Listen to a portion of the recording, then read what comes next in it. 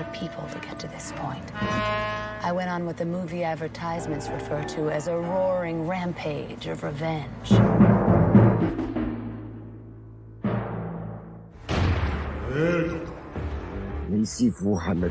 Where's Bill? That woman deserves her revenge. Wakey, wakey. Eggs and bacon. Is she the cutest little blonde pussy you ever saw? One of the things I've always liked about you, you're wise beyond your years. I am gonna kill Bill.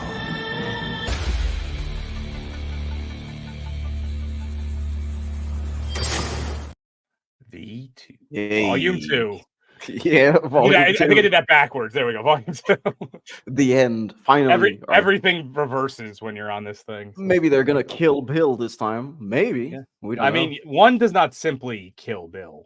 Ooh, okay. I like it. How you doing, man? I'm doing pretty good. I can't can't complain.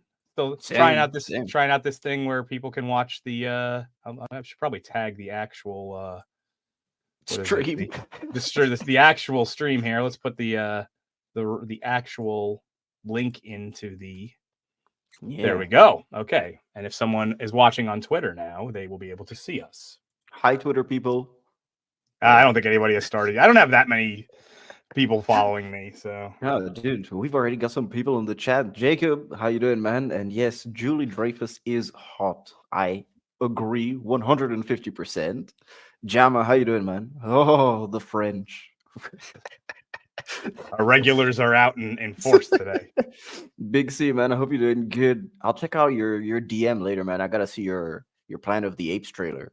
And of course, who else do we have? We got Lord Toxic. Is it just me, or was 2004 an amazing year in film? I'd have to go back and see what else was in 2004. Yeah, but yeah, I mean, 2004? It was pretty much up until about 2006, 7 was when that was when everything started to like slow down. Mm-hmm. Then it hit a wall in the 2010, like the mid 2010s. So. When Michael Bay arrived on the cinema scene, that's where I remember there being a lot of I remember in high school there was a lot of really good stuff coming out. I was in high school from 2002 to 2006. So I was there for I think 2015 to no, that's wrong. 2017 to 2020. That's probably it. Yeah. But this definitely came out while I was in high school, both volumes actually. And unfortunately today we will not be joined by Jedi Brooks. He's feeling under the weather. He will be back in the future though. This is not we haven't had like a falling out with Jedi Brooks. He's just not able to make it. Brooks is sick, man. So best wishes to Brooks for getting better soon. Hopefully he does. But we do have two other people that are waiting. And Dark Hour, present them, please. Well, first, making his return again this week after being on our last show. It's the protocol droid with the hemorrhoids, the golden reach around droid of choice, Z3PO. Master Dark Hour, dominate me. You dirty bitch. He's got one of the smoothest voices too. It's just like works right in perfect. Yeah, he's a smooth operator, man. How you doing, Z? Yeah, smooth and lubed. I'm doing very well, thank you. Great to have you on for volume 2. Yeah, you were on volume 1. Yeah, both of our guests were on volume 1, so we got some continuity here. And speaking of our second guest, making his return to the channel, away from his pack, it's Tyler Wolf. What's up, buddy? Not a whole lot. How about you? He's got that amazing beard that I wish I could grow out. I can't grow a beard. Mine just gets to like scruffy level, and then I just give up. Dude, it's kind of the same for me, man. I'm jealous of your beard. I'm not even gonna lie. Hey, in all fairness, I think it took till like maybe the pandemic for my mustache to actually connect with everything. Like, no joke. As soon as I got out of high school, I basically like was rocking the chin strap for years. It was ridiculous. I'm convinced that when you're Canadian, when you have Canadian blood, you just have the ability to grow like a lumberjack beard. It's just mandatory in the blood. I've seen people fail miserably at that, but we have. That actually just reminded me, we have 4 countries represented. We have France, England, Canada, and the U.S. here today. So that's pretty cool. I always love when that kind of stuff happens. It's gonna be an interesting panel, I guess. Hopefully no. There is always a possibility Jedi Brooks can pop in later. If he does, that'd be awesome. If not, we'll see him soon. I think I have him scheduled again for relatively soon. The Canadians will overpower us if he does. Canada would then take over. I don't know how to drive a truck, so you guys are fine. All right, so Collateral was 2004. Yeah, it was. Tom Cruise. Absolutely love Collateral, man. Michael Mann, one of his best films in my opinion. I still haven't seen Heat. Heat is his best movie, but Collateral. I haven't seen Heat. All right, we're gonna do Heat. Don't worry. Lance is upset that you've never seen Heat. So.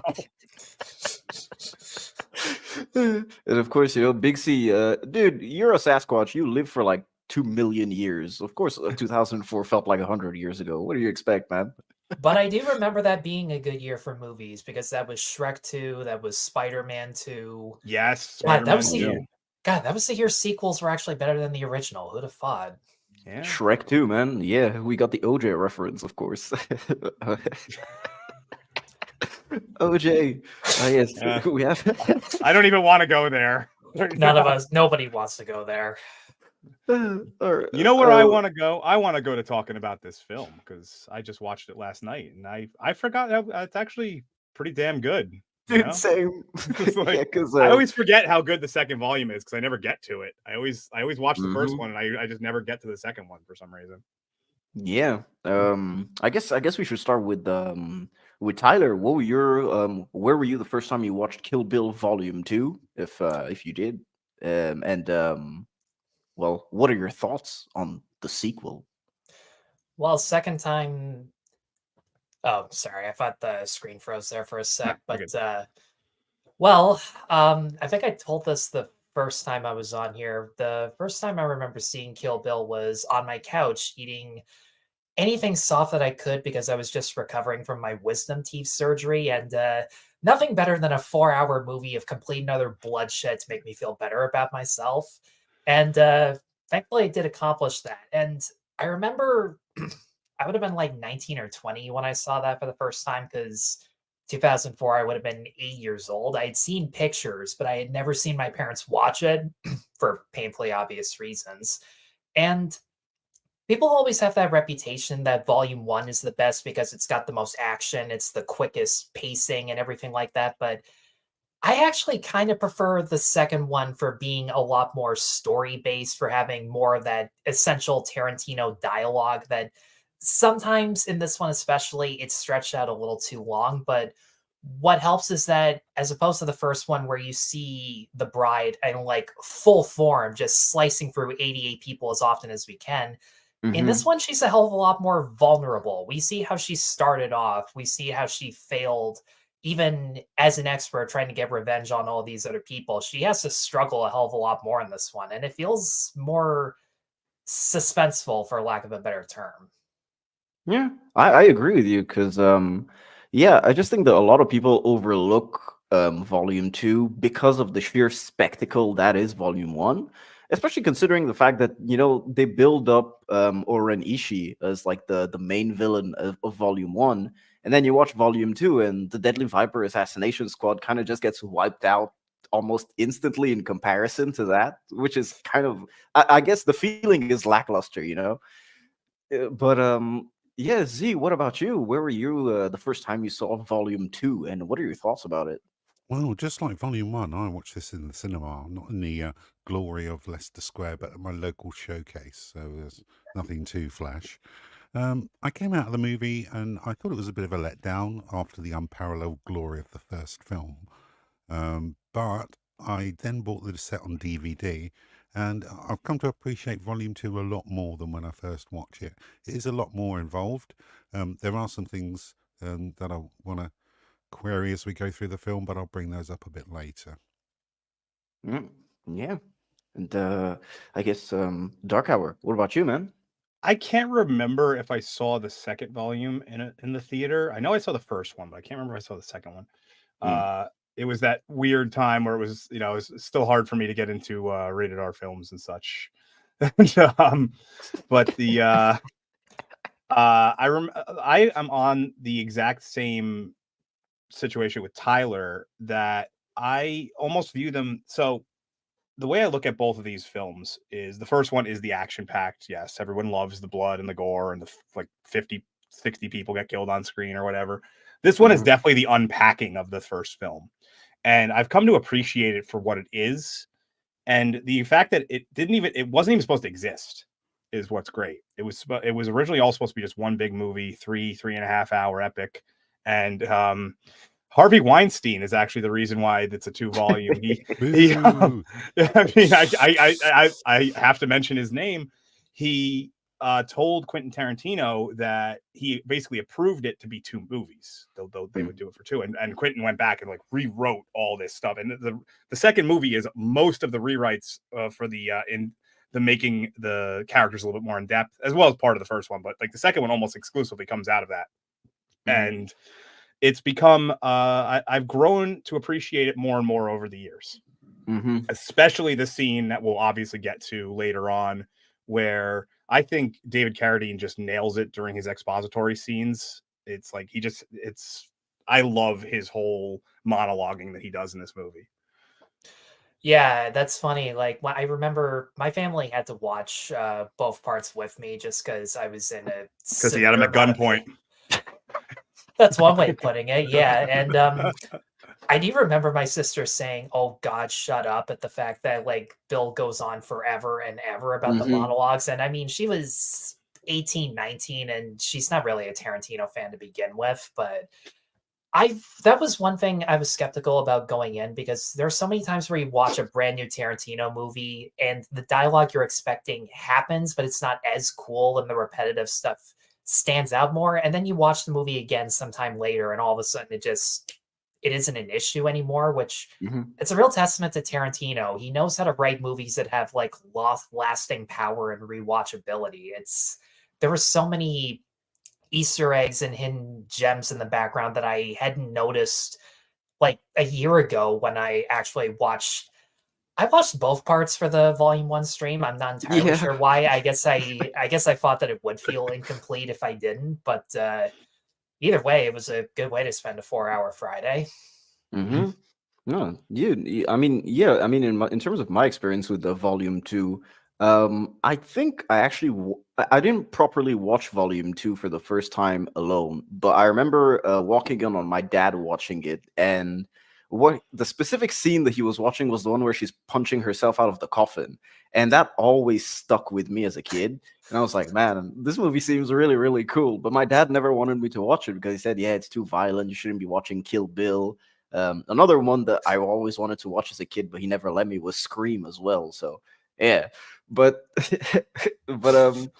yeah. So it's like the first time I actually properly watched it was when I watched Volume 1, and I did them back to back.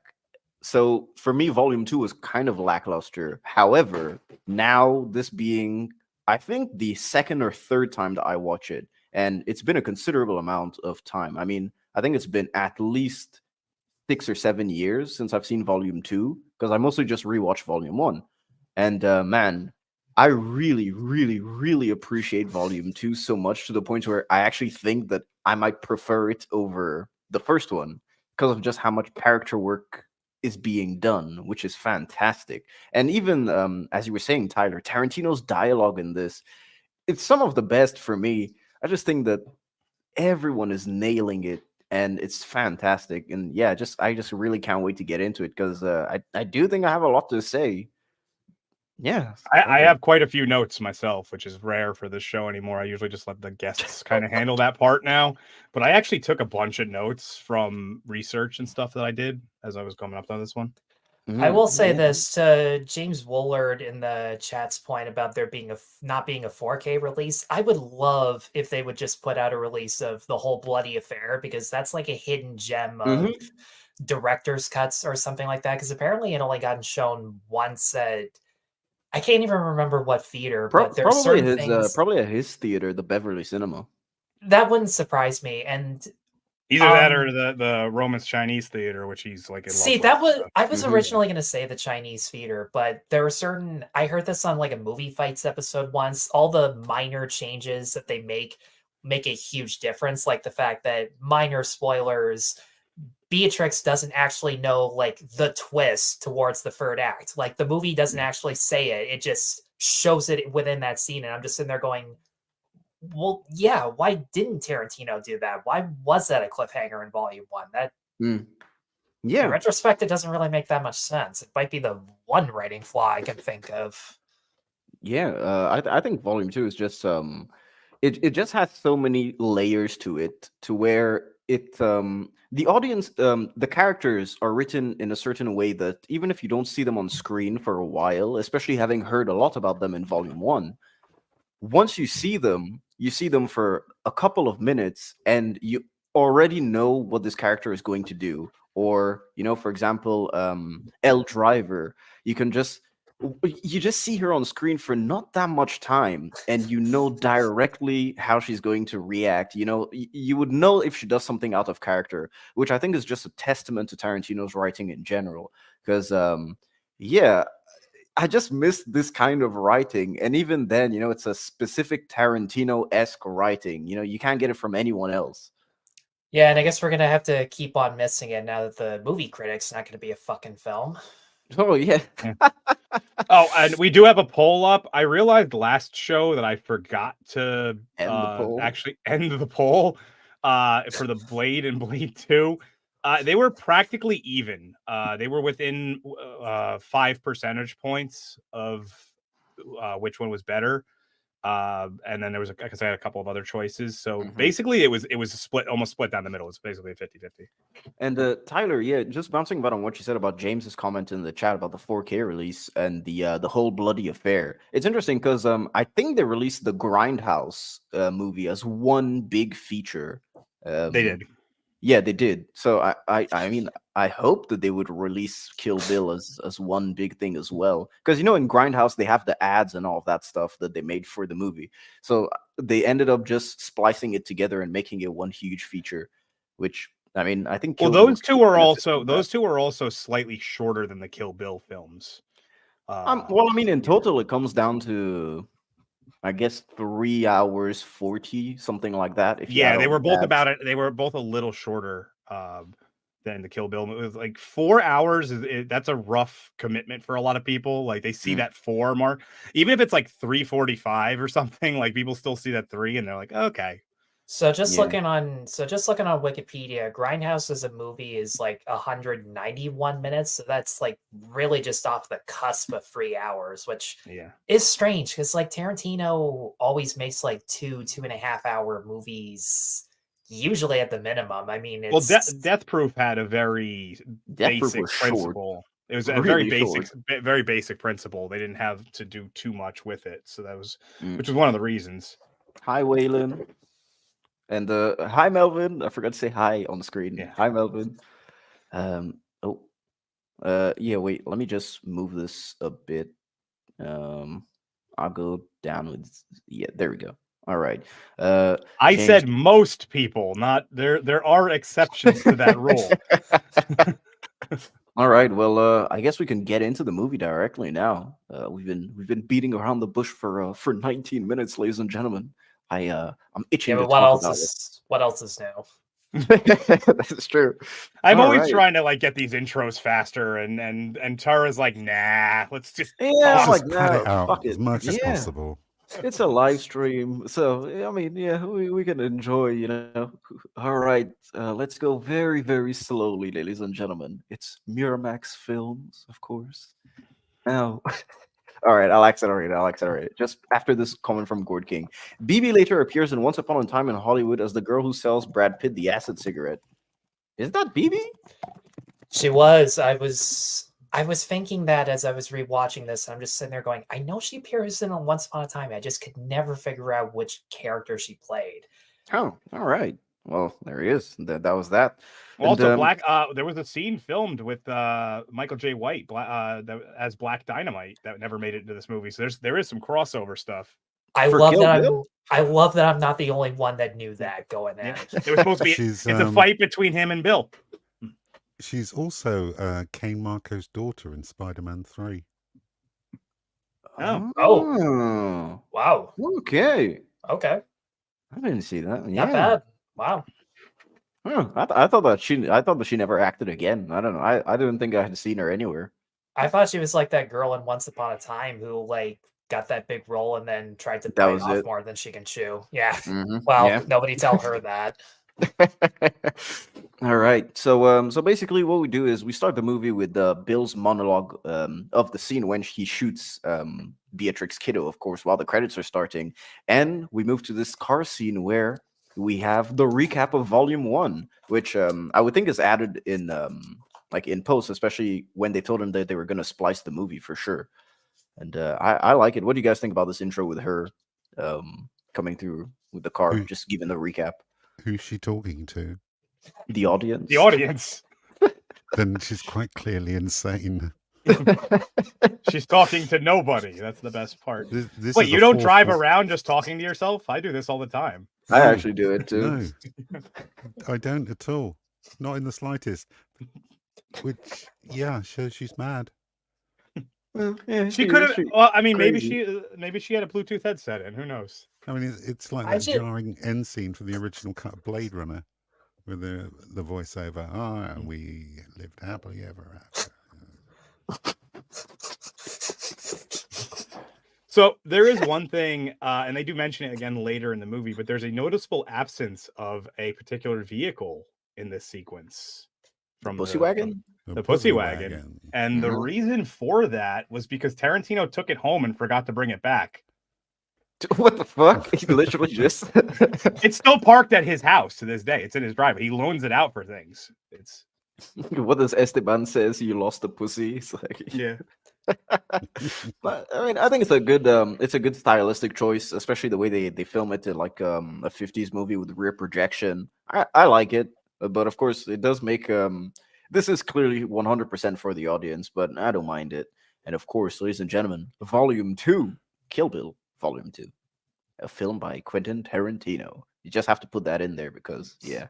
Well, nowadays he puts like the 6th film by Quentin Tarantino and stuff. So it's... Oh yeah, he does. Yeah, you know what? I think for Volume 1, fourth film from Tarantino. Yeah. I think. Oh, was they in did the do that in the trailer. first one. I couldn't remember if they did it for the first. I think so because they pop up like that title card, and then you can hear Tarantino say "action" as Beatrix opens up the trunk. Because Tarantino, you got to do a trunk shot. And a foot shot. There's always got to be feet involved in his movies. Well, I think we're about to get to that with this scene. Yeah. So of course, Chapter 6, ladies and gentlemen, Massacre at Two Pines. In my opinion, this is a Back to the Future reference to Twin Pines Mall for sure. And of course, everything for you is a Back to the Future reference. Listen, I think that this is a clear-cut Back to the Future reference, man. Two Pines, Twin Pines, plus they call it the El Chapo Texas Wedding Massacre. It's like, you know, Texas Like Chainsaw Massacre. Love. Yeah, it's Chapel of Love. Yeah, and so yeah, of course, what we do is we get some info by Beatrix, of course, doing narration, and she says that nobody gets the facts correct about this incident, which I think is nice because it's kind of like an urban legend now, you know, this massacre. And man, I just like that aspect of it, considering no one was there, and just in relation to the scene we saw before with I think his name is Sheriff McGraw, if I'm not mistaken. Earl McGraw. Yeah, Earl McGraw. And then the deputy's like his son. Yep. And there we go, ladies and gentlemen. That's who Beatrix Kiddo is marrying. Tommy. Wait. Tommy Plimp. You're close. Plimpton. Yes, Plimpton. They only say it a couple of times in the movie, early in the movie, and then he's actually named after Bill Plimpton, who's an American animator that Tarantino admires. So a bit of trivia for you on that. I'm wondering if Tarantino movies are like a gold mine for people to like pick out these Easter eggs. I'm assuming Plimpton has something to do with the cartoons that they're watching at the end of the movie, or that's what I was thinking about too. But yeah, maybe it might be that. Oh, we've got a super chat from Waylon Bacifus for $4.99. Thank you, Waylon. According to Tarantino, this would have been the intro to the movie if it was all kept as one part. All right, Weinstein made Tarantino split the movies apart. Huh. So this was actually originally written as like a gift because the film came about from a discussion between Uma Thurman and Quentin Tarantino about their mutual love for kung fu films. And for her birthday, he wrote like the 20-page intro, this sequence, and gave it to her and said if she liked it, he'd expand it into a full film, and he did. So. Yeah, created by Q and U. That's basically it, Quentin and Uma. And of course, yeah, I mean, what did you guys think the first time you saw Volume 2 and, you know, knowing Beatrix Kiddo, seeing that this is who she was going to marry and these are who her friends are? The friends just like they're so random. This is like, yeah, like what we just go ahead. I was just gonna say what we keep saying about how like actors in Tarantino movies always like give personality to the characters. This is a rare exception where like I couldn't tell you shit about any of the friends sitting behind them. I mean, Tommy seems like your typical nice guy who's just so agreeable that you respect him, but also think that he might be a bit of a pushover just based on the way he interacts with Bill or the preacher and his... Was that his wife or his mother? Because that was so unclear to me. It's his wife. It's his wife. It's his wife. Okay, the way he phrased that was interesting. And the Samuel L. Jackson cameo in this is beyond random. Rufus, the piano player, who Tarantino always has this thing that he says in interviews where Tarantino always writes his character as the smartest person in the room. And I mean, in this case, it's technically true, but I mean, compared to every other character Jackson has played in Tarantino's filmography, where like he's the top dog, he always makes it out, except for Jackie Brown. But in that, even then, like he's still toe to toe with Jackie. And this one, he just gets shot up and not even on screen. Like this seemed like a weird out of character thing for him. But we'll get to Z because Z had a point too. But I'll just say this real quick. Tarantino does have this tendency to kind of bring people back for these smaller cameos in other movies. So this might have just been he was up for that. It was like a handshake agreement. Hey, can you this is yours to do. Z, you were about to say something about this scene and the friends. Well, mostly about Rufus Thomas, who he just completely throws you for a curveball, doesn't he? Because you just do not expect Samuel L. Jackson to be sitting there, and the way he does project himself as the smartest man in the room, especially when they ask, who is it that you paid for? Well, I played for myself, Rufus Thomas. Yeah. And the guests also, it's like they just walked off the street and decided to go and sit in the church while something was happening. It feels like they're characters from Death Proof. Like this, really does. They're kind of dressed like that. They could have easily been the inspiration for those characters later. Probably, yeah, because they do look alike as well. I thought that the dude at the back was Michael Fassbender for some reason. I don't know why. He just really looked like him for me. I could kind of see it. I quite like the couple laying down the rules for this ceremony as well, and you know, no tongue or nothing. It's like, how many bizarre weddings have you actually had in this room? In the middle of nowhere too. Yeah, so many people get married in the middle of nowhere. Tim Stock, hey Tim, on your left. And yeah, of course, Bill finally comes out. Well, Bill actually lures her out, which is interesting because his name is the Snake Charmer, and he basically lures her out like while he's playing the flute, which I just found to be a very, very nice touch. And of course, what they do is they start talking to each other, but he only takes a step forward whenever he sees her take a step forward, which I find interesting as well. What do you guys think about, you know, the first time we see Bill and the conversation that he has at this point with the bride? Well, not this particular portion of it, but later when they're back in the chapel, always kind of threw me off a little bit. But there's definitely, I will say this, Carradine and Thurman did have this good chemistry of being like this mutual toxic attraction that they were able to play off pretty well. And this scene is probably the best example of it. I would say. I can agree with that. I I love how the second she hears like the flute in the background and it cuts to that door that's framed kind of like the ending of The Searchers. In fact, it even has that desert background and that frame within a frame of her just walking towards the door. And they have, I swear this is deliberate framing where the first time you technically see Bill, you can kind of see his face, but the flute looks more like a gun barrel. And then they switch angles to show what's really going on. Mhm.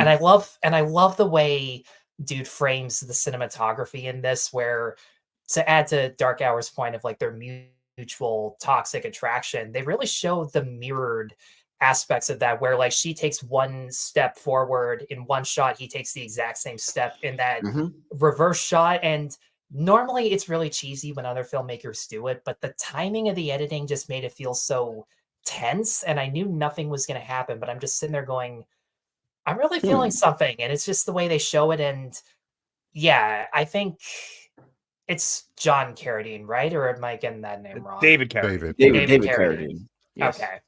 Who was actually not the original choice for Bill, by the way. I don't know if you guys know that. There was a lot of actors. There was a lot of actors that were up, and the original one that was supposed to be signed on was Warren Beatty. I can't see that. Yeah, Who? no one could. That Warren Beatty? Warren Beatty. No. Yeah. No. Yeah. Definitely He not. was originally like, that was the original choice, but they tried out Kevin Costner, Jack Nicholson, Kurt Russell, Burt Reynolds, pretty much all the guys from that era. And one of the big problems was none of them wanted to take the time to learn martial arts. And David Carradine had already done that because he was on Kung Fu and did a bunch of movies. So it worked out for him. He was just like the ideal choice for the situation. Oh, Melvin deeply for £2. Once upon a time in Hollywood is shit. Oh my god! I've already voiced my dissenting opinion in that. It's shit. Now, this was, as somebody else pointed out, was going to be at the start of the film if it was just one movie. I personally feel that the Bill reveal at the start of the second film is much better suited to the pacing. And I think you've got to understand the motivations of what's gone through this maniac's mind. But if you had it at the start of the film, I think it would have given too much away. You just see bloodshed and a massacre, and how and why you get there, that's the journey. I just didn't feel that he was necessary to be revealed right at the start. Yeah, I think the way that he divided it is better. I really think that, knowing what's going to happen, the tension that it has, to me, this scene, the entire sequence kind of has that same tension that you have at the beginning of Inglourious Bastards, where you know that something's going to happen, but it's the way that it's being slowly built up to. And especially when you see the bride's reactions to what he's doing, you get a lot of Bill and who he is in this just short segment. And even the bride, because she does stand up to him. I have a soft spot for David Carradine, even though no one who has ever worked with him likes him. Oh, I just wanted to point out, Princess Fiona has a soft spot for the actor. That's a pretty good one. She's a tough cookie. So she doesn't. Yeah, I like it. I like this intro. I like the way that it's done. I like the way that they give us a lot about Bill to learn about. But it's not just bashing you over the head with it. It's kind of subtle. It's just in his mannerisms as well. And I don't think that David Carradine. I don't think that anyone other than David Carradine could have pulled it off in such a manner, especially when considering actors of the time, of course. This is one of the rare scenes where Uma Thurman's height is actually an advantage instead of a detriment. Because usually they have to adjust a lot of stuff because of how tall she is compared to other women and stuff. But in this instance, it made it a lot easier for them to film this sequence. She just is basically the same height as him, so it worked out. I knew you were going to bring that up. She's very tall for a woman. I don't blame you. I mean, I don't mind. I've been with tall women. I'm tall myself, so as long as you're pretty, man, that's all that matters to me. Her is an inch taller than me. I'm 6'1". He's 6'2". I'm actually surprised. I went to the doctor the other day. They measured me. I was still 6'1". I figured with all my back problems, I would have lost an inch or so, but I was still 6'1". You'd have just grown shorter. Yeah. Well, your spine starts to compress over time. James Woolard says, Inglourious is my least favorite Tarantino. There's taking historical liberties, and then there's lighting them up with a flamethrower. Hey, lighting them up with a flamethrower. That's what they did in Once Upon a Time in Hollywood. Oh, that's music to my ears. And yeah, so of course, Bill finally meets Tommy, which is interesting because she's 5'11", by the way, which for a woman is pretty damn tall. What is that in real, conversion? Well, I'll find out. For you. Yeah, it's interesting because Bill says that he's here for one, last look, and 180 centimeters, so 1.8 meters. Jesus, yeah, that's pretty tall. And yeah, of course, what we learn is that Tommy, he owns a used record store, and the Beatrix works there, and that's how they met.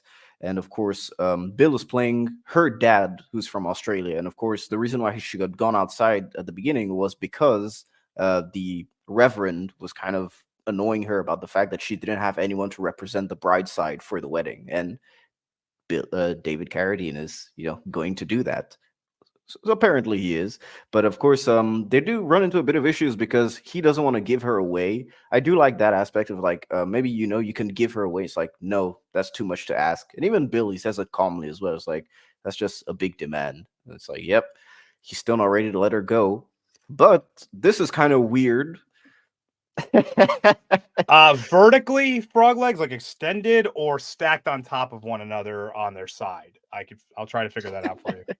I ate frog legs last night, Melvin. They were still frog legs good. are pretty good. They're basically just chicken. They taste a lot like chicken. It's just they're tiny chicken. They're just not worth the work. That's to me. It's just not. It's like done. It's I agree. And kangaroo tastes like venison, anyways. No, it does. I know. Kangaroo, the vertical deer. I find it kind of weird if my bride, just kisses her dad on the lips like this in front of everyone. Yeah, this was a little weird to me, even rewatching it after, I'm just like, that would be a thing that threw me off. At least when they pan the camera, you see that everyone's looking away. So it's like, okay, I can understand that a little bit, that maybe no one saw it, but she does it like 3 times.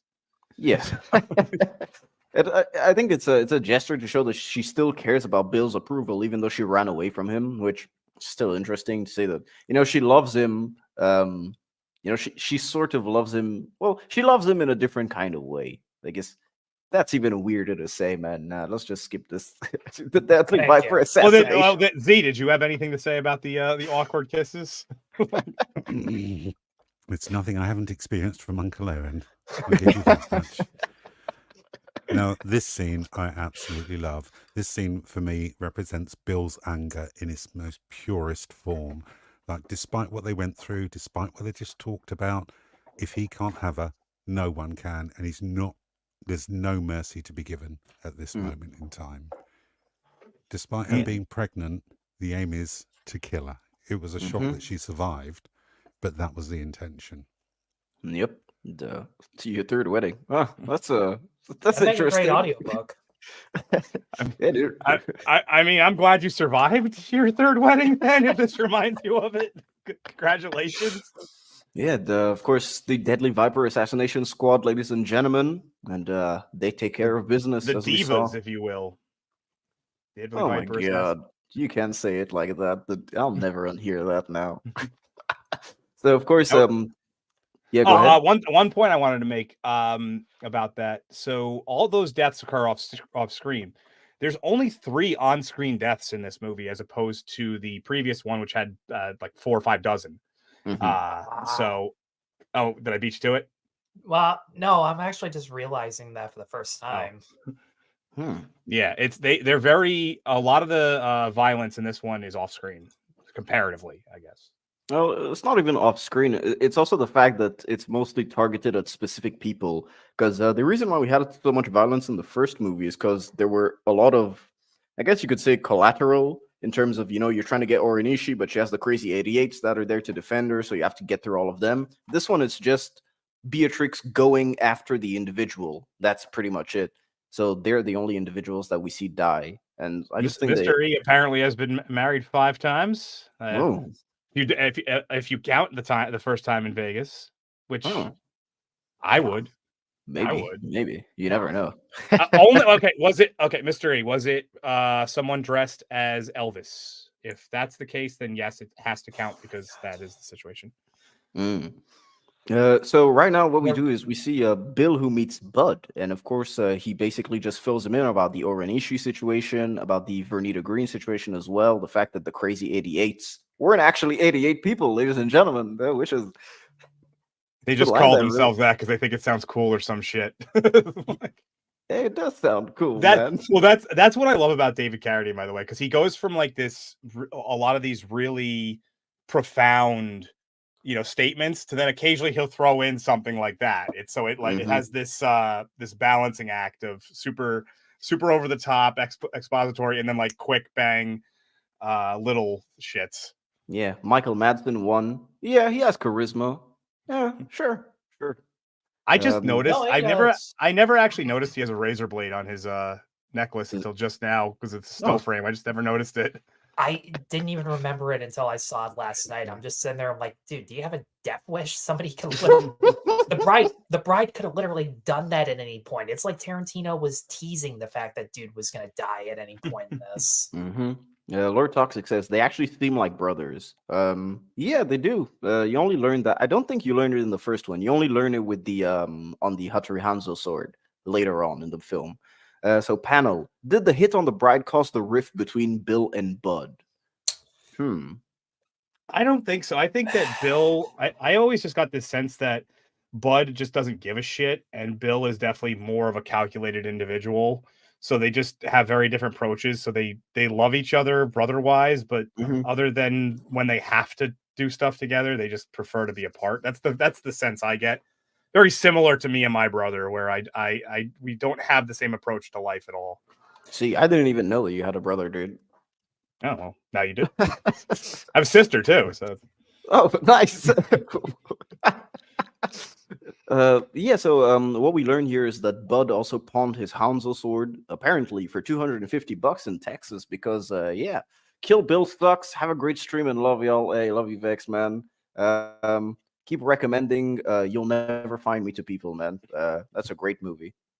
You know where you'll never find her in this chat after this. You gotta go. Take care of yourself, Vex. Have a great afternoon. And so yeah, what we do also learn is that he is a bouncer at the strip club. No, he says titty bar. It sounds nicer, I guess. Yeah, that's Shakespearean right there. Oh yes. Who exactly does it sound nice for though? It's like, no, I work at the strip club. No, I work at the titty bar. Oh, it makes him sound a little. It causes that rift because that difference between Bill and Bud. Bill probably wouldn't say it like that.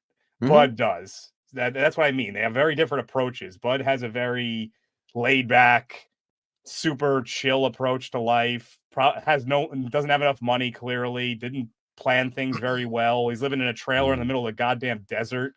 Whereas probably doing. Yeah, go ahead, Z. I think the situation to Bud was completely unexpected. After watching the film again last night, I get the impression that Bill disbanded the Deadly Assassination Squad after he took charge of BB. Which would have been something that none of them were expecting at the time. Yeah, and what I do appreciate is also the fact that Bud is clearly remorseful of his actions because he says lines like, she deserves her revenge and you can't dodge guilt. It's like, yeah, you can see it through his performance as well, which I really do appreciate it. Yeah, this is how Bill would definitely say gentleman's club. He definitely would approach it like that. Yeah, because even after, just to bounce on that point before we move on, even after when he's with BB and she says, oh, mommy's the prettiest woman in the world. It's like, what's another word for pretty? Gorgeous. It's like, yeah, Bill is constantly trying to use heavier vocabulary, which is, better. You hawked the Hattori Hanzo sword? Yep. Bill, it was priceless. Not El Paso. El Paso is worth $250. Yeah. 250 my ass on that one. But couple things. One, I love that the first 15 minutes of this movie is actually black and white, and then this scene just abruptly switches back to color. I hadn't actually realized that until last night. And while we were talking about all this stuff, what could have caused the rift and stuff, I'm looking at the two of them. Bill seems a lot older. He's got different hair color. They have different accents. And I'm just, given the nature that like their father figure was a pimp, I'm kind of wondering if they were half brothers or something like that. Probably. Because that would make a hell of a lot more sense.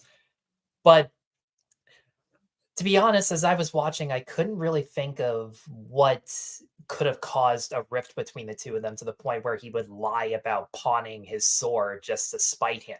But there's also, but I also didn't want to, because I felt like there was a certain element of mystery to what the rift could have been. Because dude says, I know we haven't spoken in a while and they weren't nice. And I'm just sitting there going, well, at least he didn't blurt out how many years ago it was. So here's the thing: is he might not be lying that he pawned it. He could have just retrieved it. When you pawn something, you get money. They hold on to the. So there's pawning and selling. Pawning is you're using it as collateral. You go and you give it to them, and they give you money, and then you pay it back with interest, and you get the item back. So he might not be lying that he pawned it. It's he just went and eventually got it back. Here's the thing, though. Everybody acts surprised when he has it later on afterwards. Yeah. So but it's also proven that he doesn't give all the information and lies a lot. So yeah, that would make him a liar, wouldn't he? Yeah. So yeah. And John, go ahead, Tyler.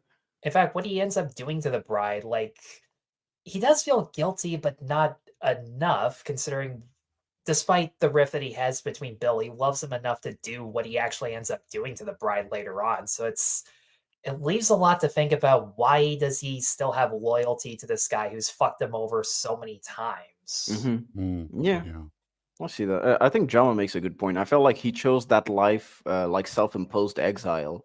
Like he's put himself in a place where the bride couldn't find him. For all the really Bill can. For all the warrior metaphors that Bud spells out in this movie, that could probably be the biggest example of that. Yeah. And, of course, when Bill tells him that the bride's coming for him, there's a really pained expression on his face, and it's like, I had this coming. Yeah. Go ahead. Yeah, I just really love Michael Madsen's portrayal as Buck in this. It's just impeccable. He's really got it off to a T. So I'm gonna see if, because Z often has very similar little fun facts about movies as I do. Z, this specific shot. Do you notice anything about this shot that is a fun fact? Is anybody? The car on the right, maybe. The car on the left. Oh shit! Anybody know which car that is? No. That is Butch's car from Pulp Fiction. That is his Honda Civic.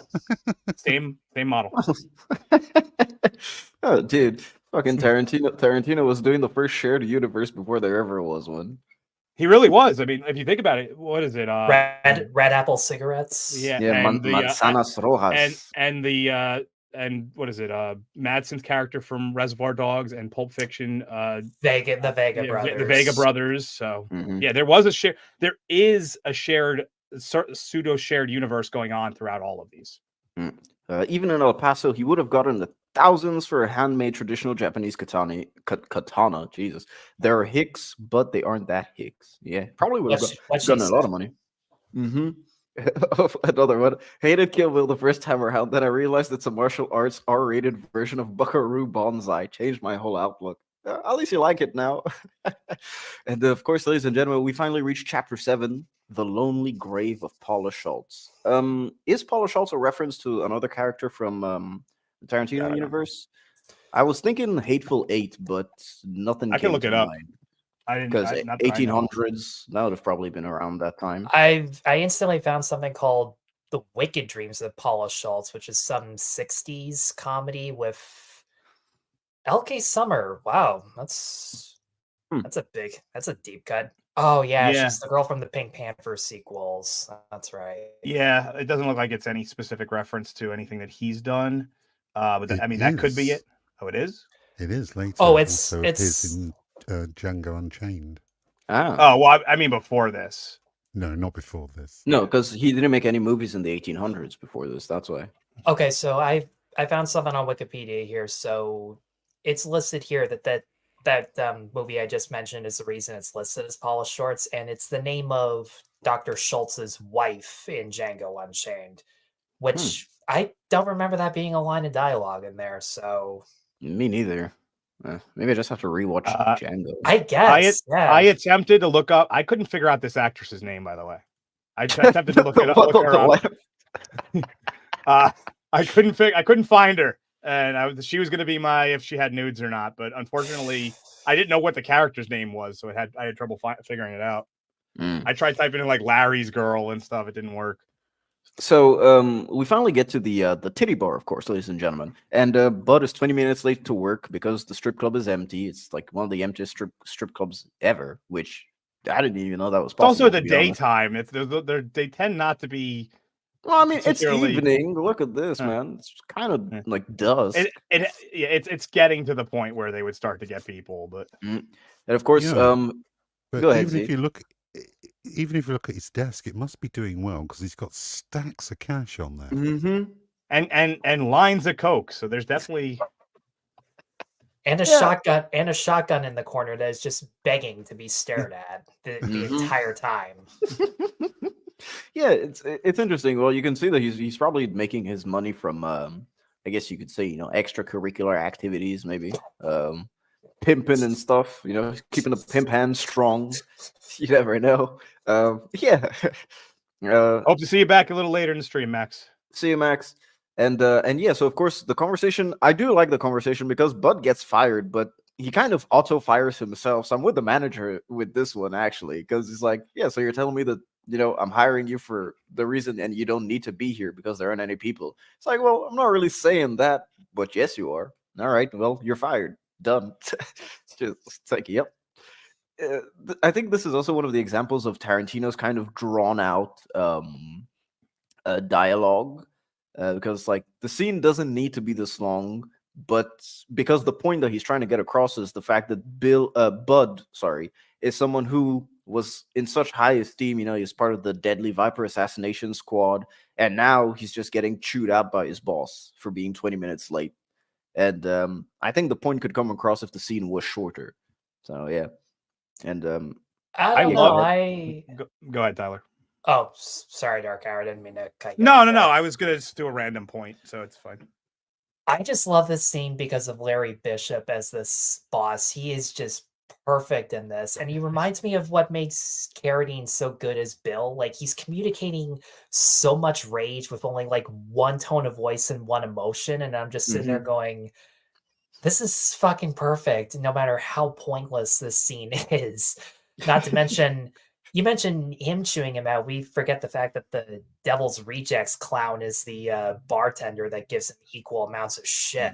Yep, it's true. And I've never even seen Devil's Rejects, and I know who that is. It's like, dude, speaking of shit, well, he has to basically unclog toilets. Yeah, I do want to say this, though. So there's a line in there, and I love the line. It's about how he's wearing the hat, right? And that wasn't in the original script, that line.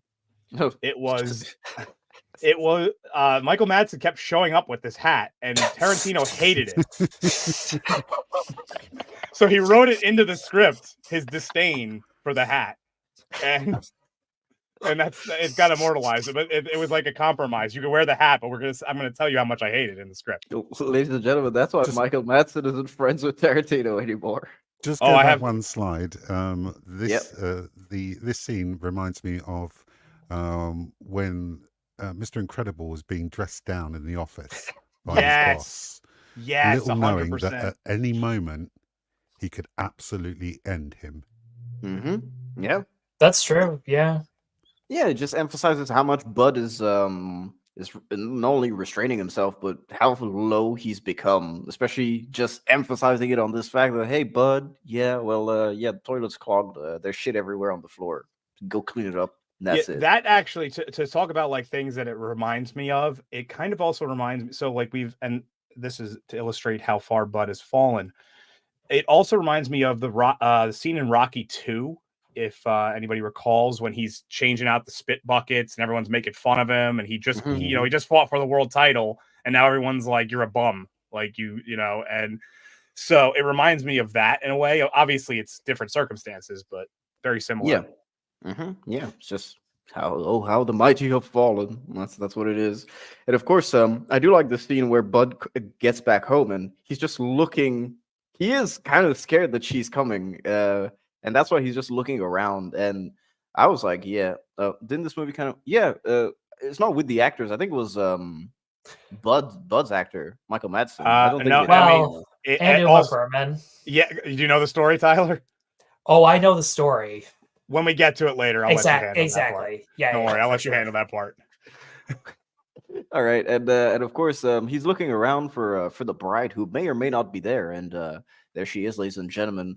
She was under the trailer this whole time, and well, I think it was the dogs barking that make him look out the window. And of course, ladies and gentlemen, I do have a clip for us. So I don't know how. Yeah, I don't know how adjusted the audio is for these clips. So they might be adjusted to StreamYard's audio, or they might be very, very fucking loud, just in case. It has a shotgun, so if it's really loud, sorry. Yeah, sorry. Just in case for people tuning in, maybe low down the volume, just in case. You heard someone say.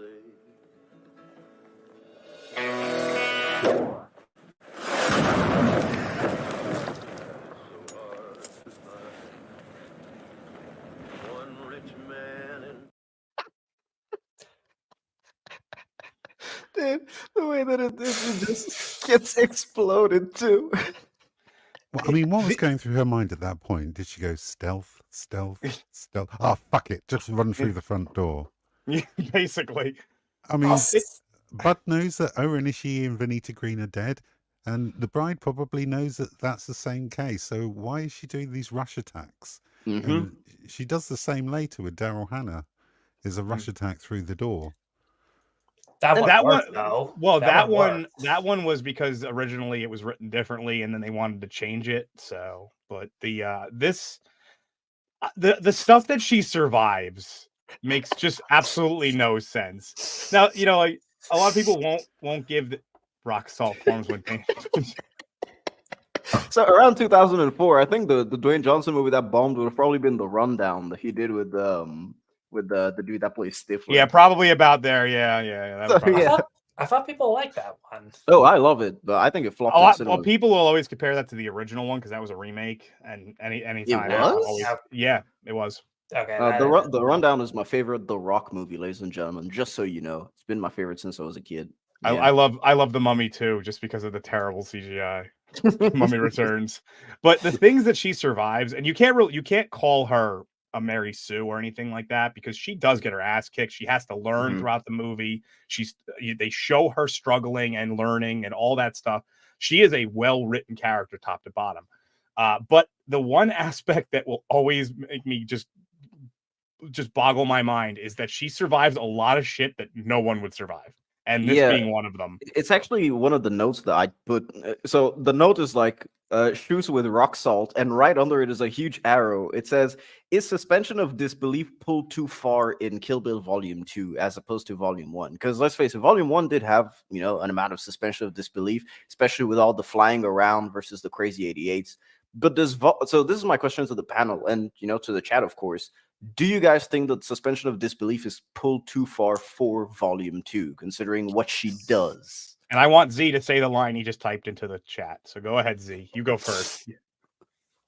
Ain't nobody a badass with a double dose of rock salt dug deep in her tits. Brilliant. And then I love the next line after these, like, it's like, what is it? You got like no titties or something like that. It probably hurts a bit, but one's as big as yours. I can only imagine the pain or something along those lines. I can't imagine how much that would sting. Yeah. So, do you guys think suspension of disbelief is taken too far in Volume 2 or not? I don't think and so. no. I think that there is scenes where, if you can accept the fact that this has its basis in kung fu movies, which already had this. You look at a lot of kung fu films, and you have to suspend your disbelief like insane. Even more recent ones, like Crouching Tiger, Hidden Dragon, you have to suspend that there's like mysticism and stuff. So I can accept it. And like I said, for the most part, she's written very well to survive these kind of things. I'll allow it. It's like for me, rule of cool. For me, there's fantastical stuff, especially in the Pai Mei sequence where he stands on her sword, or he does that stupid trick of like throwing the sword back into the sheath in one go make make it like consistent enough with the first one. But because this movie takes a grittier approach in comparison to the first one, and I think that's what makes it jarring for some people when she survives stuff like this. But at the same time, like, the way she flew in the air after being hit by rock salt, like, would that ever really happen? Like, a shotgun will knock you on your ass. Well, I'm sure it can knock you on your ass, but like not make you go flying like that. At least I haven't seen it done. I would love to, so long as nobody would die doing it, but I don't know. It kind of reminds me of the shotguns from Django Unchained. When she walks into the room, then she just gets the blast and is basically flying out of the room. Oh man, yeah. No. That was a revolver though. What that was? That was a double barrel shotgun, if I remember correctly. I remember Candy's sister like flying in the air from the shot of a revolver. I don't remember. Oh man, I thought it was a double barrel shotgun. God, it really has. So here's the thing: is it probably wouldn't have thrown her this far because it likely would have just tore her in half. Even if it's rock salt, it's still wouldn't. A 12 gauge rock salt ammunition cartridge is primarily used for non-lethal force. Yeah. So, but it was really close though. Like she was within. Yeah.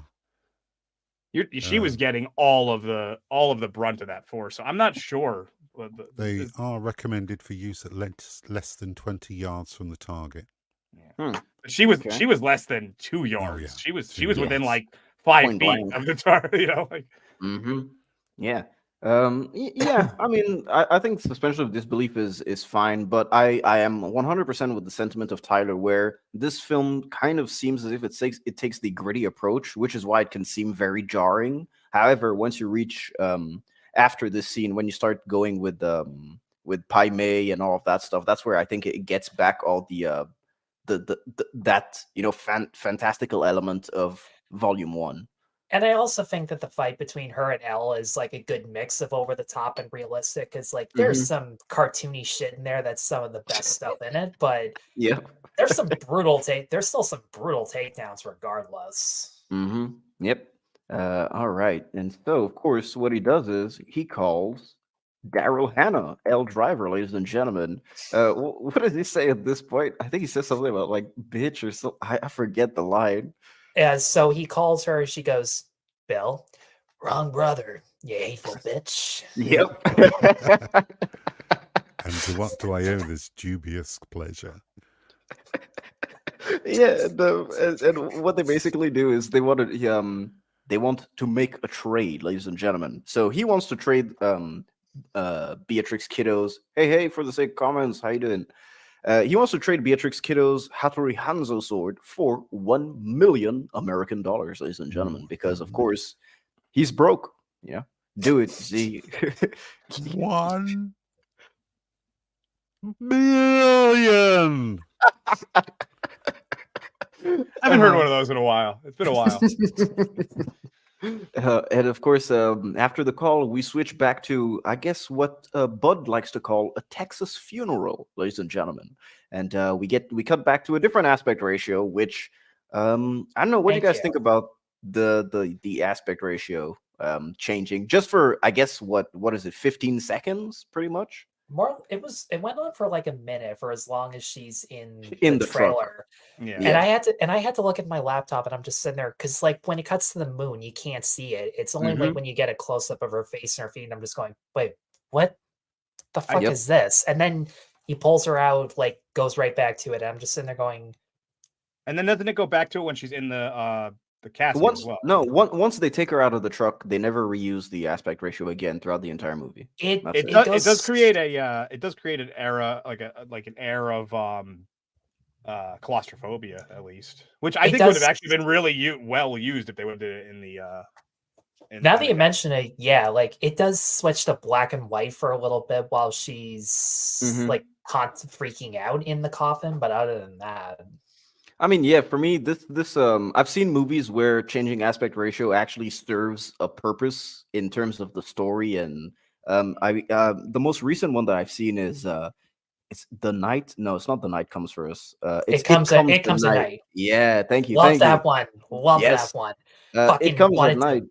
wanted to punch out the high schoolers next to me in the face the entire time, but yeah, It Comes at Night is a fantastic guys, I'm movie. serious. Like their boyfriends had to apologize to me in the bathroom for Oh my like God. how obnoxious they were. It was just Oh, man. ridiculous. But yeah, It Comes at Night uses aspect ratio changes, but it uses it as a it uses it very, very purposefully in the story, and it doesn't really tell you how it uses it. It's up to the audience to actually realize how it's being used. And it's like, and yeah, go ahead, Tyler. Sorry, I'm No, really go bad ahead, at man. waiting. Usually, I'm a lot better at waiting my turn, but to be honest, go ahead, dude. When it comes to It Comes at Night, I didn't even notice it until I saw Stuckman's review about it a week later. I'm just sitting there going, really? Because like that movie was the one that got me to realize that aspect ratios were kind of a thing. I've gotten more well versed in Wes Anderson's filmography. He's a big guy of switching up aspect ratios in so many different ways. And this is going to be a bit of a hot take, but like that Netflix movie Blonde about Monroe, I think did that like spectacularly, mixing up aspect ratios, black and white color, not for like a storytelling purpose, just to look cool, but even then, like it served a purpose. Yeah, it serves a purpose. Yeah, and it's very out of place here and very jarring. If they'd actually used that aspect ratio for the coffin scene, that would have definitely helped build up the tension and the claustrophobic effect. Yep. So, but I don't think it's very well suited right here. Yep. 100%. It's a very rare. It's a rare miss, but it's a miss by Quentin Tarantino. I think that the fact that it was right juxtaposed to the scene that it would have been better with is what makes, or the portion of the scene that it would have been better with is the worst part. If this would have been somewhere else in the movie, we probably wouldn't be having this discussion at all. Yep. I think so too. Yeah, he does a couple other things in this that I found like out of place, but that's later on in the movie. Hey, Eraserhead. Hello there, General Kenobi, of course. Why, hello there. And Stuckman's review. See, that was even back then. I was a diehard fan of his. Even I didn't like his review of that. For the sake of the comments, the fact that it's such a quick change and never again makes it jarring, which may be the point to make the viewer uncomfortable. Nah, I don't think so. Tarantino is better than that. If it was Zack Snyder, I would have said, yeah, that's kind of the stuff that Snyder would think about. If it was Zack Snyder, the scene would have taken 27 minutes because there would have been nothing but slow-mo. The burial would have been in slow motion. Every time she punched, she would have just been like... No. And then it would slow down even more. Like, yeah, the coffin would be closing with the light and everything like, oh, God. They would throw the dirt. You'd see the dirt falling in slow motion. It'd be like a Jesus analogy out of nowhere. There'd be a farmer in the background farming grain incredibly slowly. There'd be a lens flare in the coffin.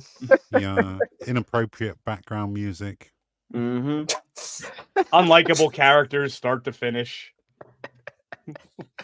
Zack Snyder, we love you over here, on TUHOS. We don't. We just can't get enough of you, man.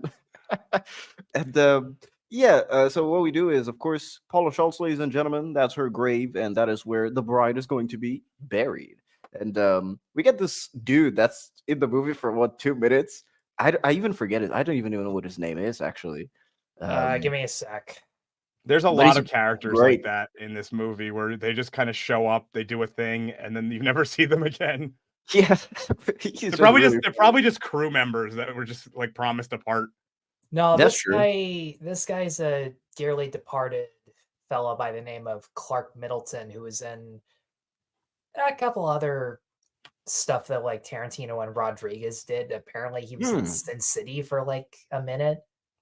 Oh, so he's their go-to. Oh. Hey, we need a guy to do a thing real quick. You wanna come in and do it? I know who this actor is, and I have a poster of another one of his movies. He's the guy like painting the events of Snowpiercer, like he's the historian. Oh, okay, yeah. Well, because he does. I recognize him, but I don't know where specifically, which movie specifically. And Kill Bill Part 17. It would probably Each one of the chapters would have been its own movie, and there would have been a director's cut, and 6-hour director's cut of Kill Bill. Yeah, and of course, I just love the scene because it just puts Bud as a very matter-of-fact person. It's like, all right, you're wriggling around. What do you want? The mace? And I believe 100% that Bud will be capable of doing it with no remorse. Just because, yeah, this is something that he's doing. It doesn't seem that he takes pleasure in it, but it's just something that he has to do, which I kind of feel like was his how would I say this? Was his damn shit. I lost my train of thought. Downfall. Not his downfall. I think that was his way of working when he was in the Deadly Viper Assassination Squad. You know, he doesn't want to do it, but he's gonna do it, and he's gonna do it professionally. You see what I mean? Yeah. So I got you. yeah, and of course, ladies and gentlemen, yeah, the mace. Yeah. What would you have taken, mace or flashlight?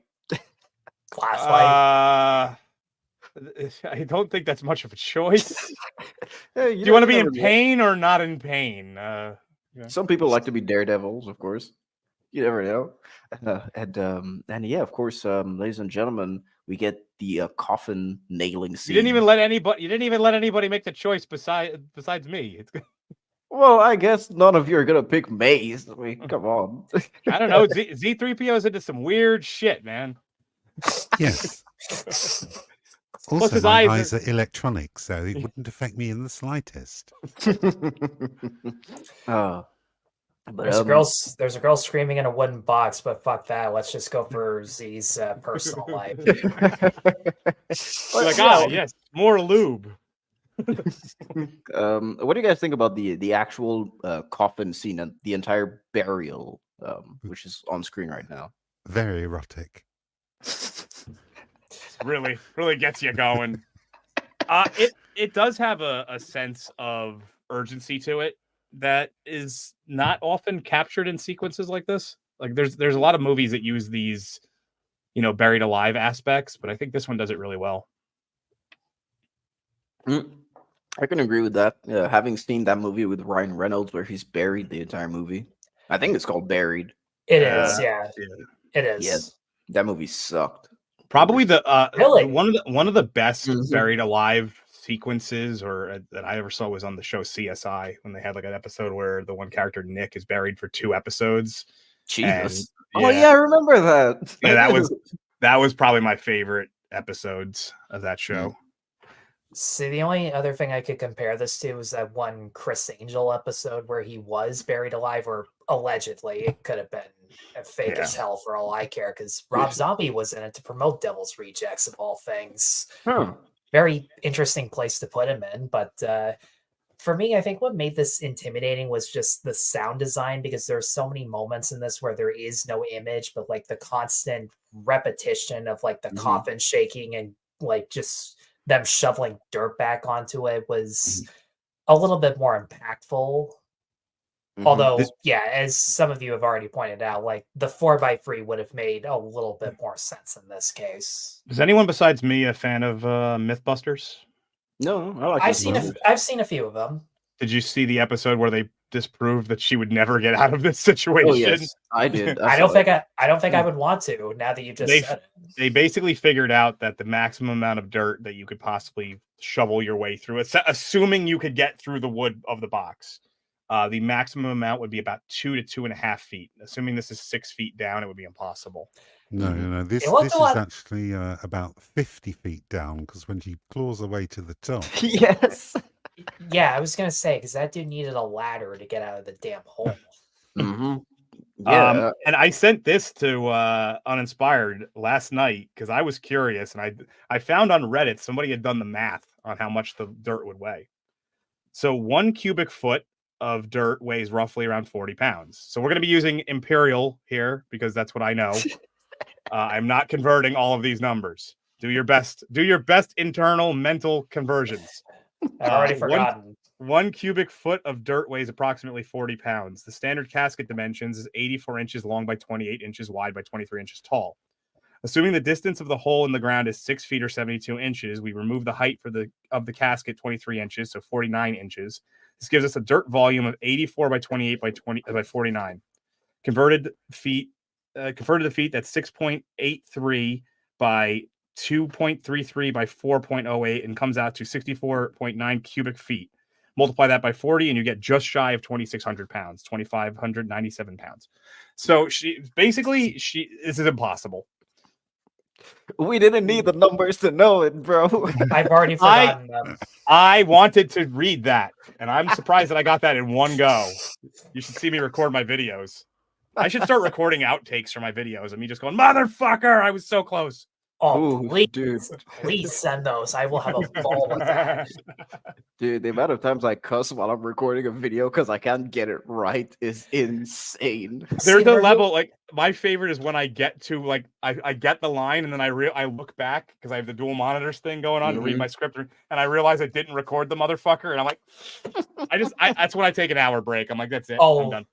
Hour, that's nothing. My Civil War review, I had to review that twice because my microphone kept like adding in like fuzz and shit like that. I had to buy a new one, so thankfully. But yeah, like I had to record every paragraph, play the audio recording, and if I hear like shh, I just go fuck, and then over and over and over again. But somehow it's sort of paid off. I do love some of these calculations, though, like the weight of the soil. It reminds me of, there's one online about Attack of the Clones where Padme jumps from a platform onto a beast, and apparently somebody's calculated that she withstood 14,432 newtons of force. Yep, in the pelvic area. Yep. Yep, I remember that scene. This things really make me laugh. I do love it. Yeah, and before we move on from this scene, for the sake of the comments, when I was a kid, I read about how people used to have themselves buried with bells in case they were buried alive. Yeah, I mean, this was common practice back in the 1800s and before. Mostly what they do is they tie a rope to your toe, and then your toe or your wrist or something that you're going to move. Yep. So most of the time it was your toe or your wrist, and the bell would be outside on top of where you were buried. And so basically you could just ring it. Well, once you woke up, you just ring it because you'd be scared as fuck. You woke up in a coffin, so you just wriggle around. But and most of the time they didn't get to you in time. Oh, yes, for sure. Yep. Yeah, you were 100% dead if that happened to you. Especially if that was in the winter and there was like frost, like they like frosted. There was no way they were getting you in time. You're just fucked. I never even thought about that. Yep, you're fucked. So, basically, you're just at that point. The bell is not "Please save me." It's a "Hey, you guys fucked up. You guys really should choose a different profession." Yep. I found about this when I was watching 1,000 Ways to Die. I don't know if you guys used to watch that show. Oh, I used to love 1,000 Ways to Die. That was one of my guilty pleasure shows. I watched it every single night, dude. It was fantastic. Most of those were just old wives' tales, though. So that's like. But ladies and gentlemen, we're at chapter 8, the cruel tutelage. Tutelage. Oh, yeah, tutelage of Pai Mei, who is played by Gordon Liu. Who we saw was also in Volume 1, yeah, as Johnny Mo. Yeah, Johnny Mo. Yeah. For those of you who don't recognize which one Johnny Mo was, it was the Crazy 88 member that had the bandana that Beatrix fought. So, he was the one who ran. If you could think back to the scene, he's the one who like first runs through the door and they zoom in on his face. Yep. And of course, ladies and gentlemen, this is an homage to, samurai tales and anime. So what do we get when our character is in desperate times? We get an anime flashback, ladies and gentlemen, about how she got her powers. Which, dude, it just made me laugh a lot because they do this all the time in anime. And we cut to her and Bill that are talking about Pai Mei and a monk, which is a story that they're saying. And they do set up the 5-point. Wait, the 5-point palm exploding heart technique. There it is. And the fact that he teaches it to nobody, ladies and gentlemen. And also does set up that any defiant pupil will have their eye plucked out if they talk back to Pai Mei, which comes relevant later, of course.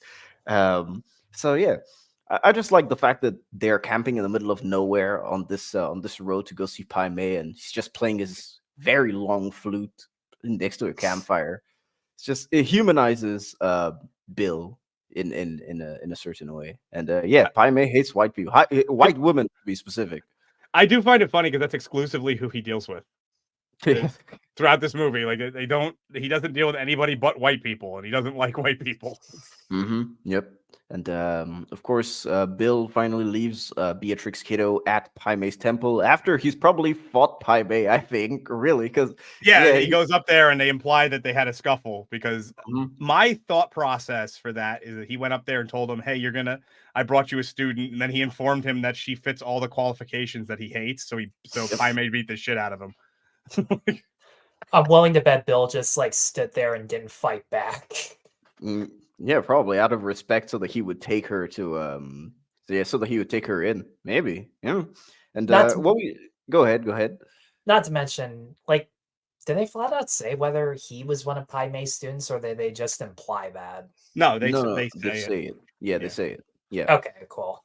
I was gonna say at the campfire, like the smile on Kiddo's face as he's telling her the story kind of gives you an example of why she would fall in love with him in the first place, just how suave and sophisticated he is. And like I said before, the fact that he can communicate any emotion with just the exact same face and tone of voice, there's really something to be said about how he's just the only actor who could have worked for a part like this. Yeah, they call him that's why they call him the snake charmer. He charms them.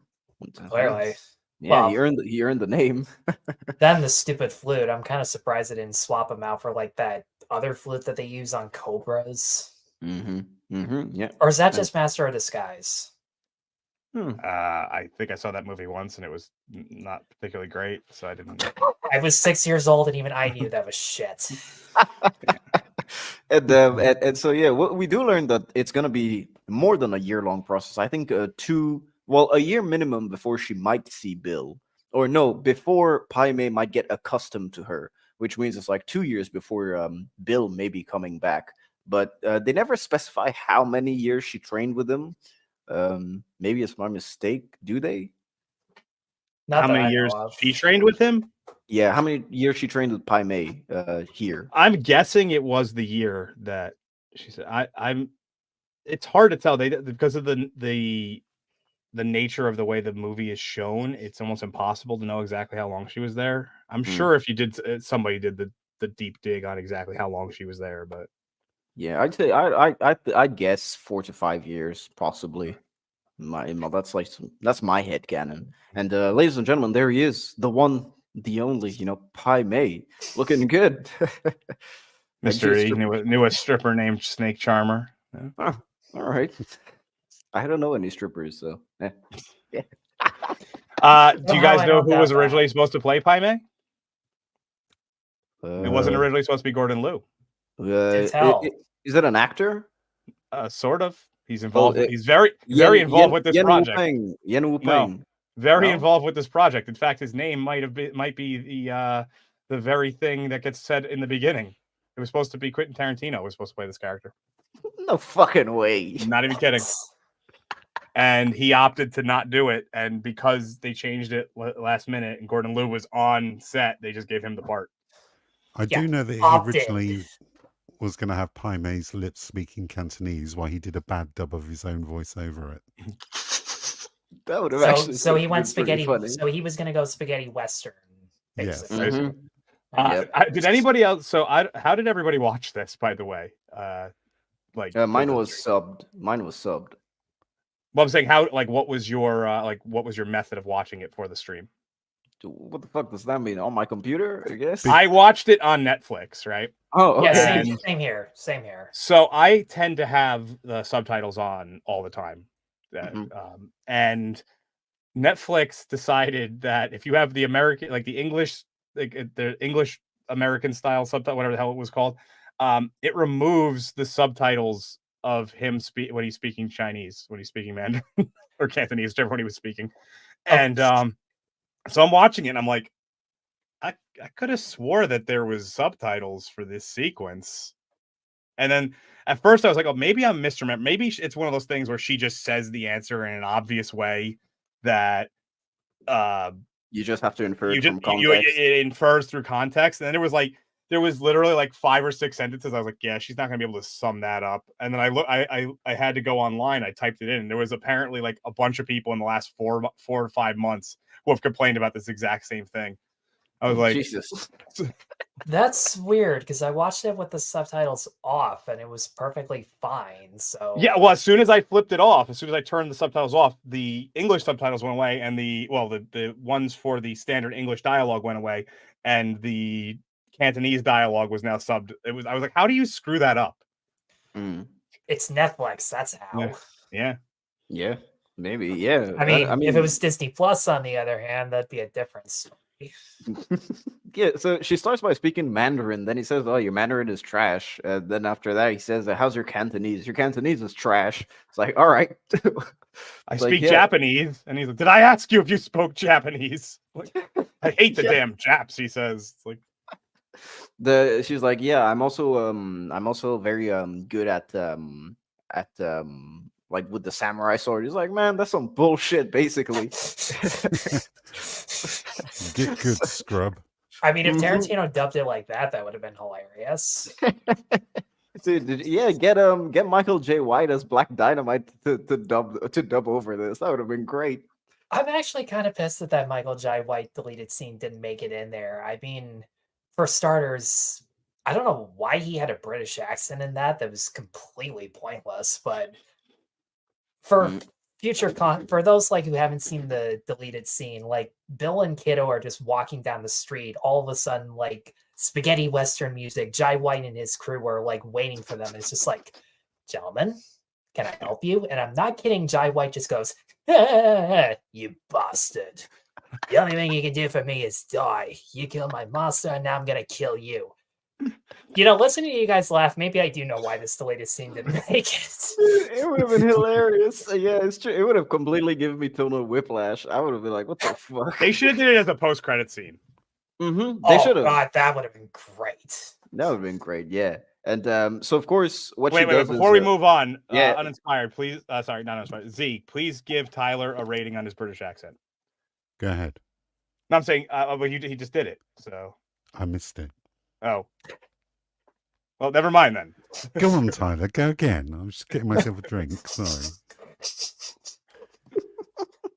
He's laughing now, so it's not gonna come out the same. I was not going to do it very.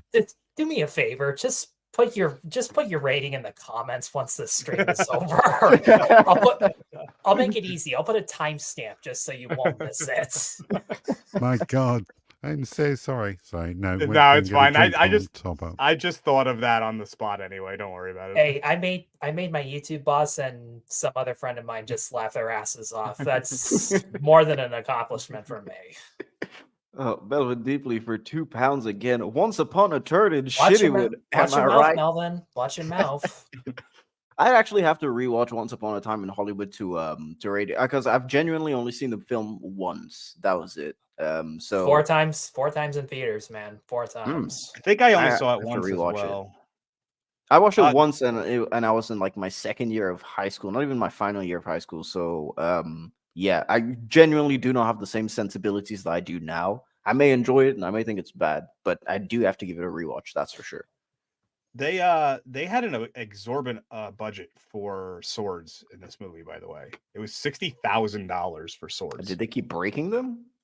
No, they just needed a lot of them for like, if you think about it, for like the Crazy 88 sequences, the fact that I think that all the katanas were custom made for the movie.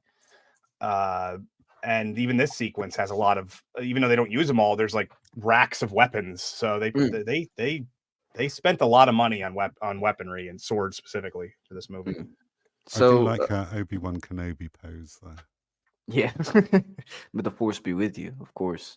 And so what she knows is Tiger Crane style and, you know, normal samurai stuff. And what she's about to do is she's going to show Pai Mei her techniques, because Pai Mei hates Western women. And, you know, she has to prove that she's not just your average Western woman. So I do have the clip. Let me just. All right, good.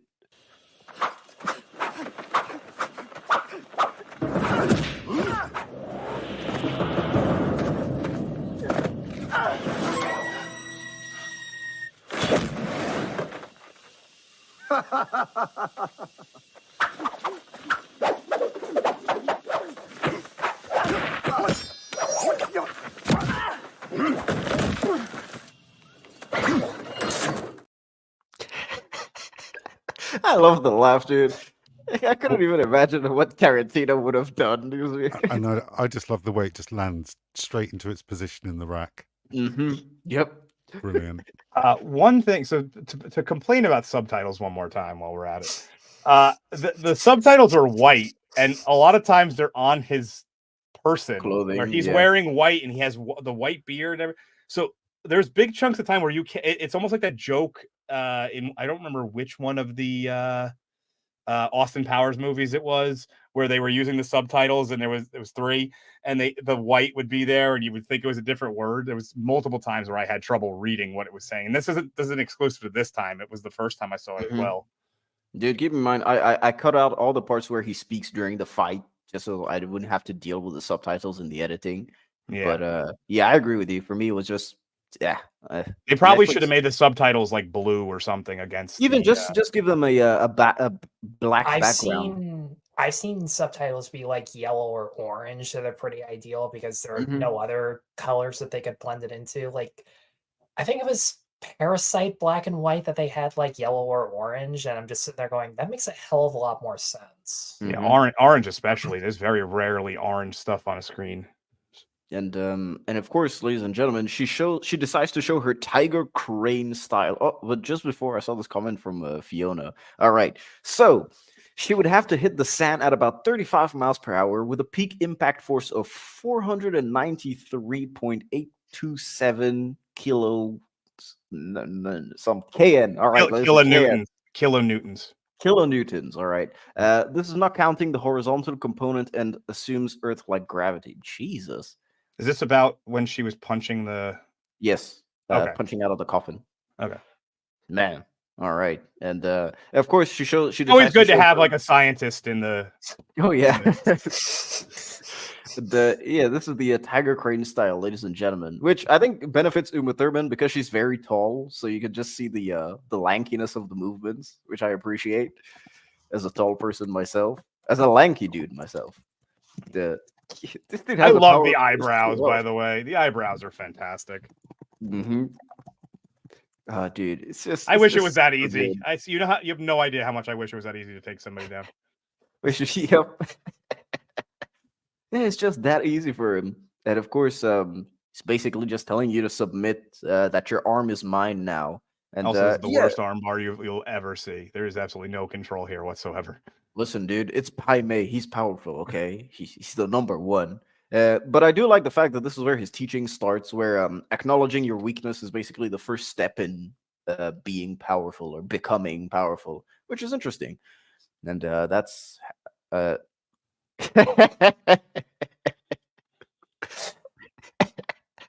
sorry, what were you saying? It was this. Yeah, I know. Separate the colored subtitles from the white ones. I was talking to Inspired, but okay.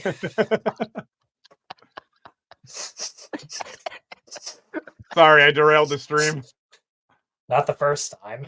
That's kind of part of my job here. It's like that one got me, Gord. That's kind of the whole thing. Is Uninspired's job is to keep the stream on the rails, and mine is to try and knock it off and see which one of us wins.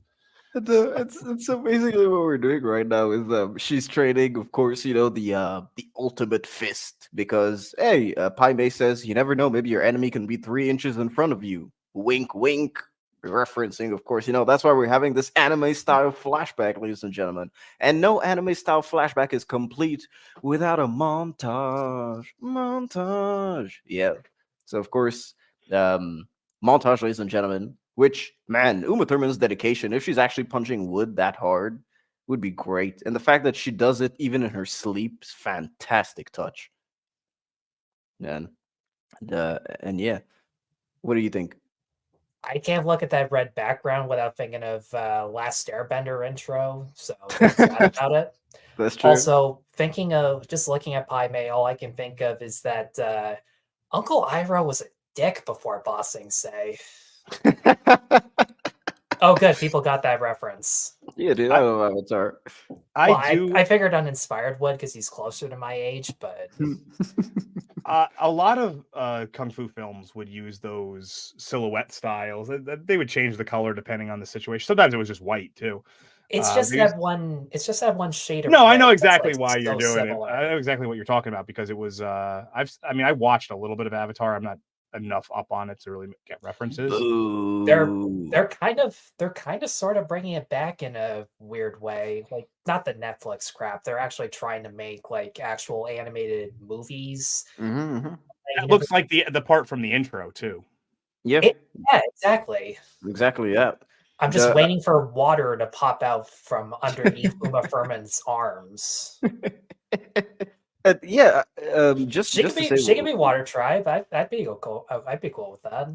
yeah, Uma is really good in these montage scenes because you can just see pure dedication over there, and even it's just a good way between student and master to show it because most of the time you're mostly concentrating on how Uma's progression and Pai Mei's reaction, and that final nod that he gives at the end is like, all right, this dude who just a couple of scenes ago, the first time we saw him, just completely disproved of her, didn't give a shit, and now he respects her to the point where he's like giving you he's giving you the nod, ladies and gentlemen, and yeah, that's all you need to know.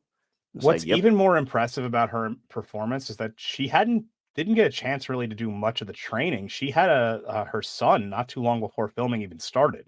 It was I think he was only born like 3 or 4 months ahead of time, like ahead of filming, so she couldn't train much up until because of that. And she actually was really worried that she wasn't going to be able to do it because of that she would be so far behind everybody else that it wouldn't look realistic, which shows that she dedicated herself to getting caught up, which is very impressive. It's great. And of course, this is probably one of my favorite scenes because of just how because of the way that the film is, the way that it's framed. So for example, all you can see is Pai Mei in white with the light shining directly only on him, and Uma Thurman is just back towards the audience. You don't even need to see her face to understand what situation she's in, and she's just a silhouette, which I really think is interesting because it shows you how the director of photography, which is Robert Richardson, who also worked with Tarantino on The Hateful Eight, which I think is Tarantino's best film, ladies and gentlemen. That's my controversial opinion. What the fuck was that? Yeah, I don't know. Maybe it's because of the thumbs up. Yeah, hold on. Let me try again. Oh yeah, there we are. Okay. That's pretty cool. Hey, Robert Richardson deserves fireworks for all the Tarantino movies he's done. Yep. I think it's great because it's just a way for you to connect to her, for the audience to connect to her. It's just like you don't really need to see her face, even though we know it's Beatrix Kiddo, to understand that someone who's been punching like cardboard, a wooden plank for you don't know how many months or how many years every day on end, can't even eat with a chopstick. And it's like, yeah, I can identify with that pain because that's it. I wouldn't be surprised if Tarantino made her like do the close up of her hands over and over again just to tire her hands out and get the right shot, because he seems like that meticulous a filmmaker, especially with that story that Dark Hour wants me to hold off on for the right moment. But yeah, and I just love the way it's shot, and I think that it's absolutely fantastic, and it's just the way that she dumps the chopsticks away and wants to eat with her hands. Then Pai Mei says, if you want to eat like a dog, well, you just eat off the floor. He throws the rice away. It's like, yep, you have to eat like a normal person, and I'll treat you as a normal person. If not, I'll treat you like a dog. And after all of that training that they've done together, it's still just there to show you how much not only is he still the master in control, but they have this complicity between them, which I think is just fantastically told in the span of 5 minutes? Not even, yeah. And there's some great humility in like her powering through her pain and just coming to terms living with it, and it definitely ties into the scene that segues into it soon after. Yep, for sure. Of course, after that we have the flashback is done, ladies and gentlemen, which means that our heroine has the power of anime flashback to guide her, which of course gives her a lot of powers. Go ahead. Not to mention, and I'm just looking at this now, I swear to God that's Mr. Blonde's razor that she pulled out of her boot. Maybe. Actually, now that you mention it, That literally it just might popped be. into my. That literally just popped into my head, and there were so many references to like Tarantino movies of the past and ironically future in this movie that I just kept staring at the entire time. But like that one, just not even 10 seconds ago, I'm like, is that Mr. Blonde's razor?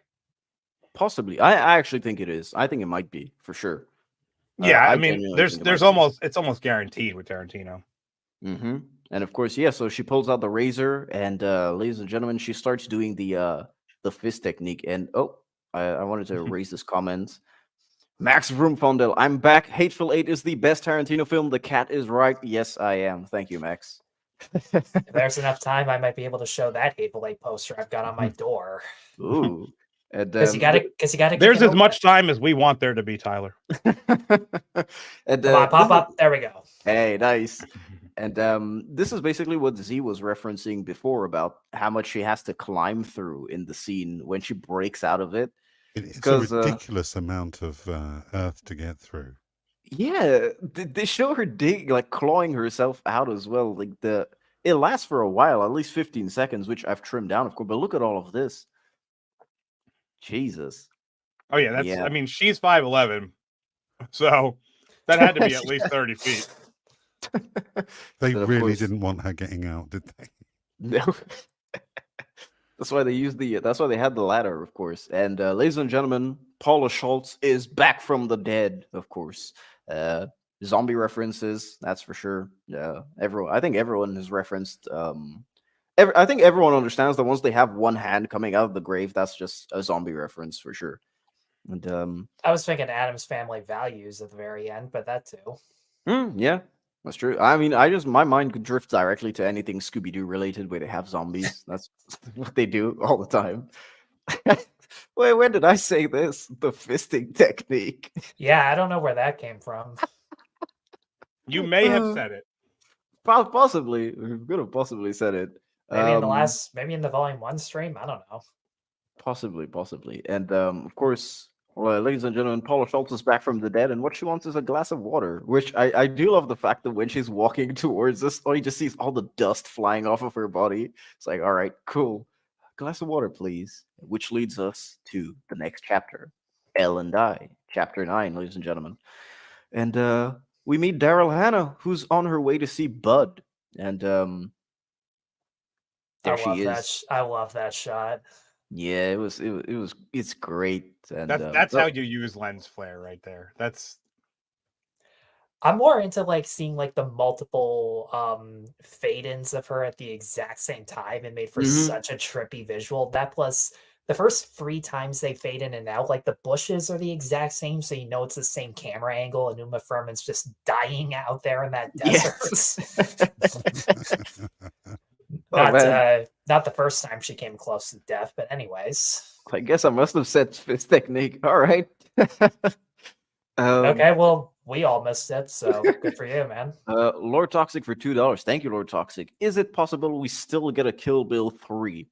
My opinion is it depends on how Tarantino said his career wants to do, because he said he wants to do 10 movies, but he didn't specify if he doesn't want to do TV shows or something like that. And I could see it very well being a limited TV show of 6 episodes on HBO Max or something like that. But depends on Tarantino. What do you guys think? I just don't see the point, or how like Vivica A. Fox's daughter is like the one theoretical possibility. I just don't see how that could work. So how old would her daughter be now? 23? 24? Possibly. Something around that age, yeah. Yeah. Would she have trained her daughter? Well, no. The setup is that Elle would be the master now. She'd be like the blind kung fu master stereotype. No, but for and not gonna lie, like I do like that it kind of left that, without jumping too far ahead, left that bit open-ended a little bit, but you're not jumping too far, like a crazy amount ahead, because it's gonna come up pretty soon. So, and I mean, it's not like anybody in the chat hasn't seen this, or at least you guys really should have seen it by now. Yeah, Z, did you want to say something? No, I think we've covered it. All right. Yeah, thank you, Lord Toxic, for the super chat. And yeah, of course, she arrives at the same time as Daryl Hannah, of course, who's there to meet Bud. And I I do like the conversation that she has. It just gives us a lot about her character, especially the fascination that she has with the Hanzo sword. In addition to what you learn that she also worked with, trained with Pai Mei, and I don't know, it just gives you this sort of vindictive person. She's completely envious of Beatrix because it's like everything that she wanted, Beatrix had or was better at. And you just get that sense in the such limited time that you have with her and Bud on screen. It's kind of reminiscent too. So Vivica A. Fox's character is jealous of the fact that she's Black Mamba, right? Because I should have been Black Mamba, which, and I forget, hers was Copperhead, if I recall correctly. Yeah. Then Daryl Hannah, Elle, Elle, whatever you want to call her, she's California mountain snake, which is the only non-venomous snake in the Deadly Vipers. So she even so much that she has to use a Black Mamba as very shortly. And so that even in and of itself, it's like she's the one with the least amount of tools and would be looking up toward the others. Yeah, no, I agree. Z, what do you think about Daryl Hannah's character? I think from Volume 1, we've established that this is complete and utter C-nut in all respects. The only thing that I'm confused about this scene is why she just didn't walk in there, grab the sword, and shoot him in the head. If it was her intent to kill Bud all along, why not just do it from the offset? To send a message, maybe. Well, I think I get the sense that she's trying to set it up that the bride did it because it's a Black Mamba she chooses, and that way it's because Bill might not see eye to eye with Bud, but he clearly still cares about him. It's his brother. And so she has to kind of take the heat off of herself in a way. So it's one of the reasons she sets up, okay, I want her dead, and then I'll kill him in a way that it looks like she did it, and then I'm scot-free. I don't have to worry about it. Yeah, what Dark Hour said, not to mention, like, her one condition to buying the sword was that Bud make Beatrix suffer to her last breath, and that's ironically exactly what she ends up doing to him in the exact process. And I mean, obviously the sadistic side of her wants to take the regret out on Bud as much as she possibly can. Like, Bud really jumped ahead by asking which R she was. He just was so blinded by the cash that he just could not imagine that the regret was going to be like vented on him in such a painful way. And it's, very well set up why he would be blinded by the cash as well. The emphasis at the beginning that we talked about. Which is a shame because he's the one member of the Deadly Viper squad who kicked Beatrix's ass and lived to tell the tale. So up for a point, like, he was kind of subtly the smartest one, but he dropped his guard like at the worst possible time. Yeah. And what I think it was more of a shame is the fact that we never got to see him use his Hanzo sword, because he is prolific in, swordsmanship, which is something that you don't really see from the other Deadly Vipers. It's like, yeah, man, I would have liked to see him. I would have loved to see him. I don't know how old Michael Madsen would have been at the time of this movie, but I mean, I can imagine he was starting to have a little bit of mileage on him, because one of the reasons, while our researchers that there were some Tarantino fans who wanted like an actual Vega Brothers movie, because he would have been 46 at the time that the movie came out, so probably about 44 when it was filmed.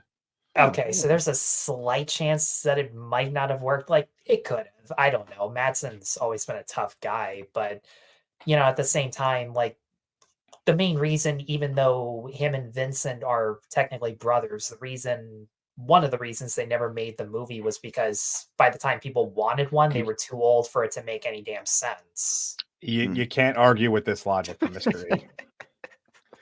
That's I mean, he just summed up. We don't even need to have a show anymore. Every time we have an episode of TUHOS, we're going to come in and we're going to be like, everything we're about to tell you, it was in the script. It was in the script. Yeah, every interpretation I just said, like, fuck that. I mean, that's just ingenious right there. It's in the script.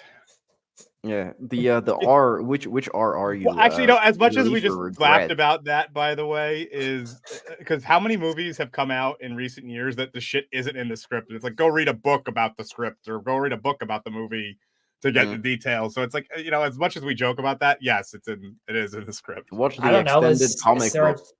Is there a novelization of Kill Bill that I don't know about? I mean, he novelized No. Once Upon a Time in Hollywood, I and don't think clearly so. Melvin hasn't read the book for that yet. And there it is, ladies and gentlemen, the Black Mamba. Melvin has this track record of like guests coming at him. By the way, it's funny. Well, he makes it kind of easy, but it's part of his charm. We love he retweets my shit. He knows what I mean.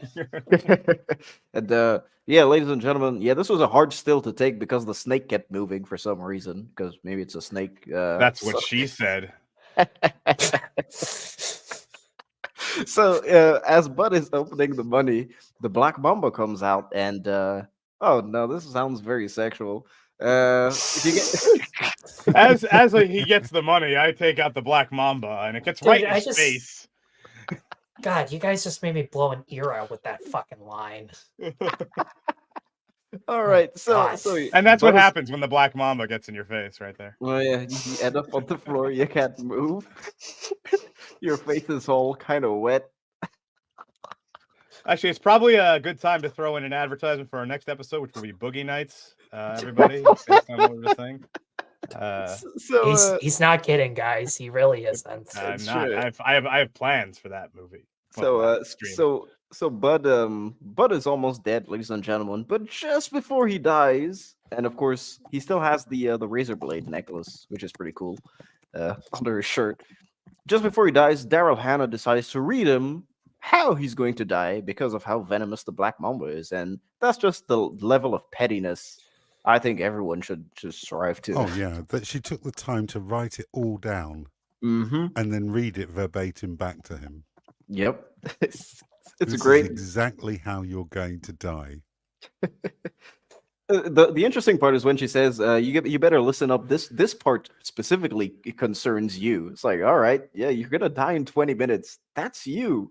It's like, yeah, I think it's interesting as well because this is the only scene where I feel Tarantino threw the script. Oh no. I feel like we failed our mission if you got inspired by this show. The whole point is that you're supposed to be uninspired by this show. So we have failed, everyone. I apologize. We will retool. We will retool for next show. Thanks for coming, everybody. It's been a good run. So yeah, the only part 22 of the hoes. Oh yeah, 22 hosts. Yep, today is 22 hosts, ladies and gentlemen. 2 hosts, 22, so 22 hosts. And so yeah, this is the only part where I feel Tarantino peer through the script, especially when he uses the word gargantuan, because I can picture 100% that's just Tarantino chuckling every time he looks at this scene. He's like, I finally got to use the word. It's like, all right. You can almost sense that he wishes he could have delivered this scene and had it made some sense in some way. Yep. If he could have just like replaced Daryl Hannah for just these lines. I wish there was a behind the scenes like thing of him just reading this out to Daryl Hannah right beforehand. That would have been amazing. Well, he does that a lot, actually. He will read a lot of the script out to the cast ahead of time because that's just how he is. Oh, that I can believe. I mean, Jamie Foxx once described his first read through of Django and just how furious Tarantino was. Yeah, we didn't make as big of a deal out of it, but yes, this is the 22 hoes. Yeah, 22 hoes. And look at what a catch-22 it's been so far. It's fun. I'm having fun. This is good. We all are. Yeah. And yeah, so what she does is she packs up the money, which is just even more pettiness too, because she's probably rich as hell in comparison to Bud. She could have just left the money there. I don't know if she was jealous of everybody. I just realized I never really paid attention to what he died on. I was always looking at that, like if she's picking up all the money. He just died on a pile of porno mags. Porno mags, yeah. I never noticed that because I was always looking at her and the money. See, the only nudie I saw in the movie like last night was on the toilet in the middle of the fight, and I'm just sitting there going, like, is that really the only gross thing about that toilet? I mean, come on, dude, literally cleaned one out in that titty bar. Yeah, that's true. And of course, while she's packing up the money, she does give a call to Bill, in which she tells him that Beatrix killed Bud, and she also gives Beatrix's location, which is the grave of Paula Schultz. And this is the first time that we fully hear the name Beatrix Kiddo, where it's not bleeped out, which is interesting. Can I just say, like, there should have been a censor bar or a blur in front of their mouths every other time someone said that, because every time somebody watches that movie, they think something's wrong with the DVD or the stream. Yes. They don't realize that it's being censored, mainly because it's just a fucking stupid thing to do in a movie.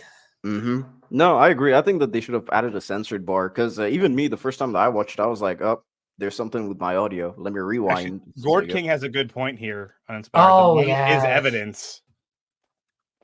I mean, maybe it could be his money. Who knows? Like, yeah, but I mean, maybe he hopped another priceless Hattori Hanzo's. Oh, he did. Oh, yeah, but like those sheriffs, if they saw that pile of money, they're just sitting there and go, "Who in the Sam fuck would leave a pile of money like that behind?"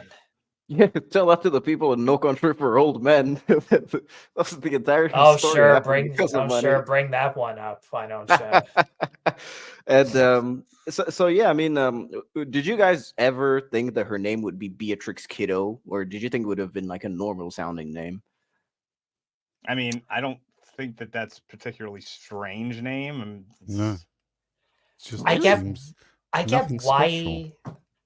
Yeah, it might be one of the least remarkable Tarantino names out there, which is really saying something. And a part of me does kind of wonder what would have happened if they just left her as like the bride, or as Bud calls her when she sedates her, the cowgirl that can't be caught, kind of like that, which is a callback to Walter Hill's The Driver with Ryan O'Neal and Bruce Dern.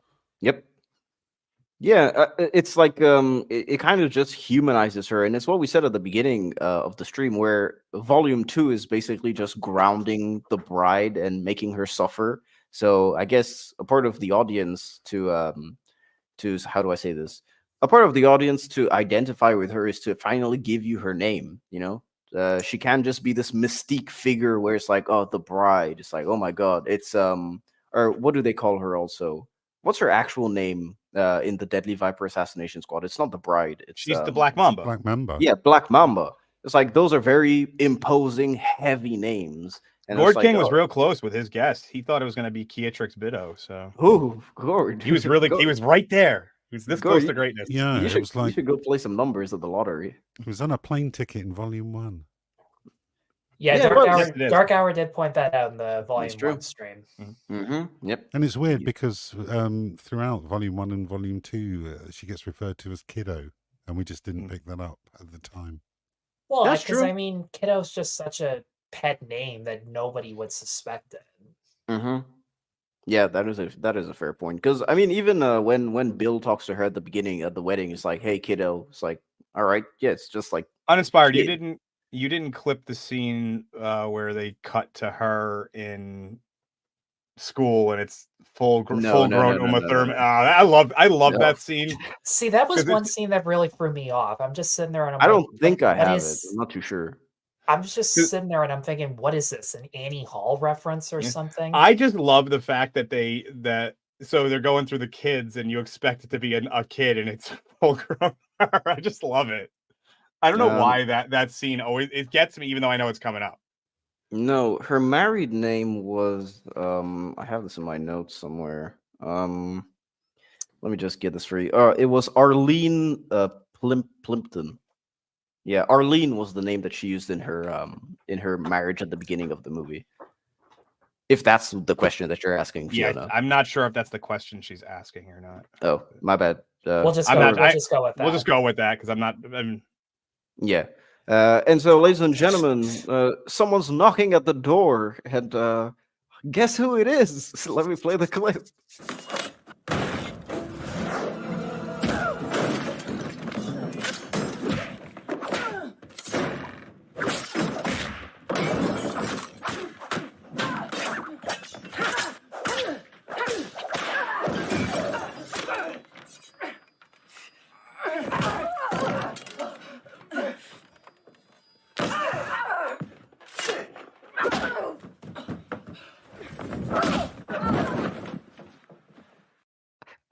I could watch this forever. I really could.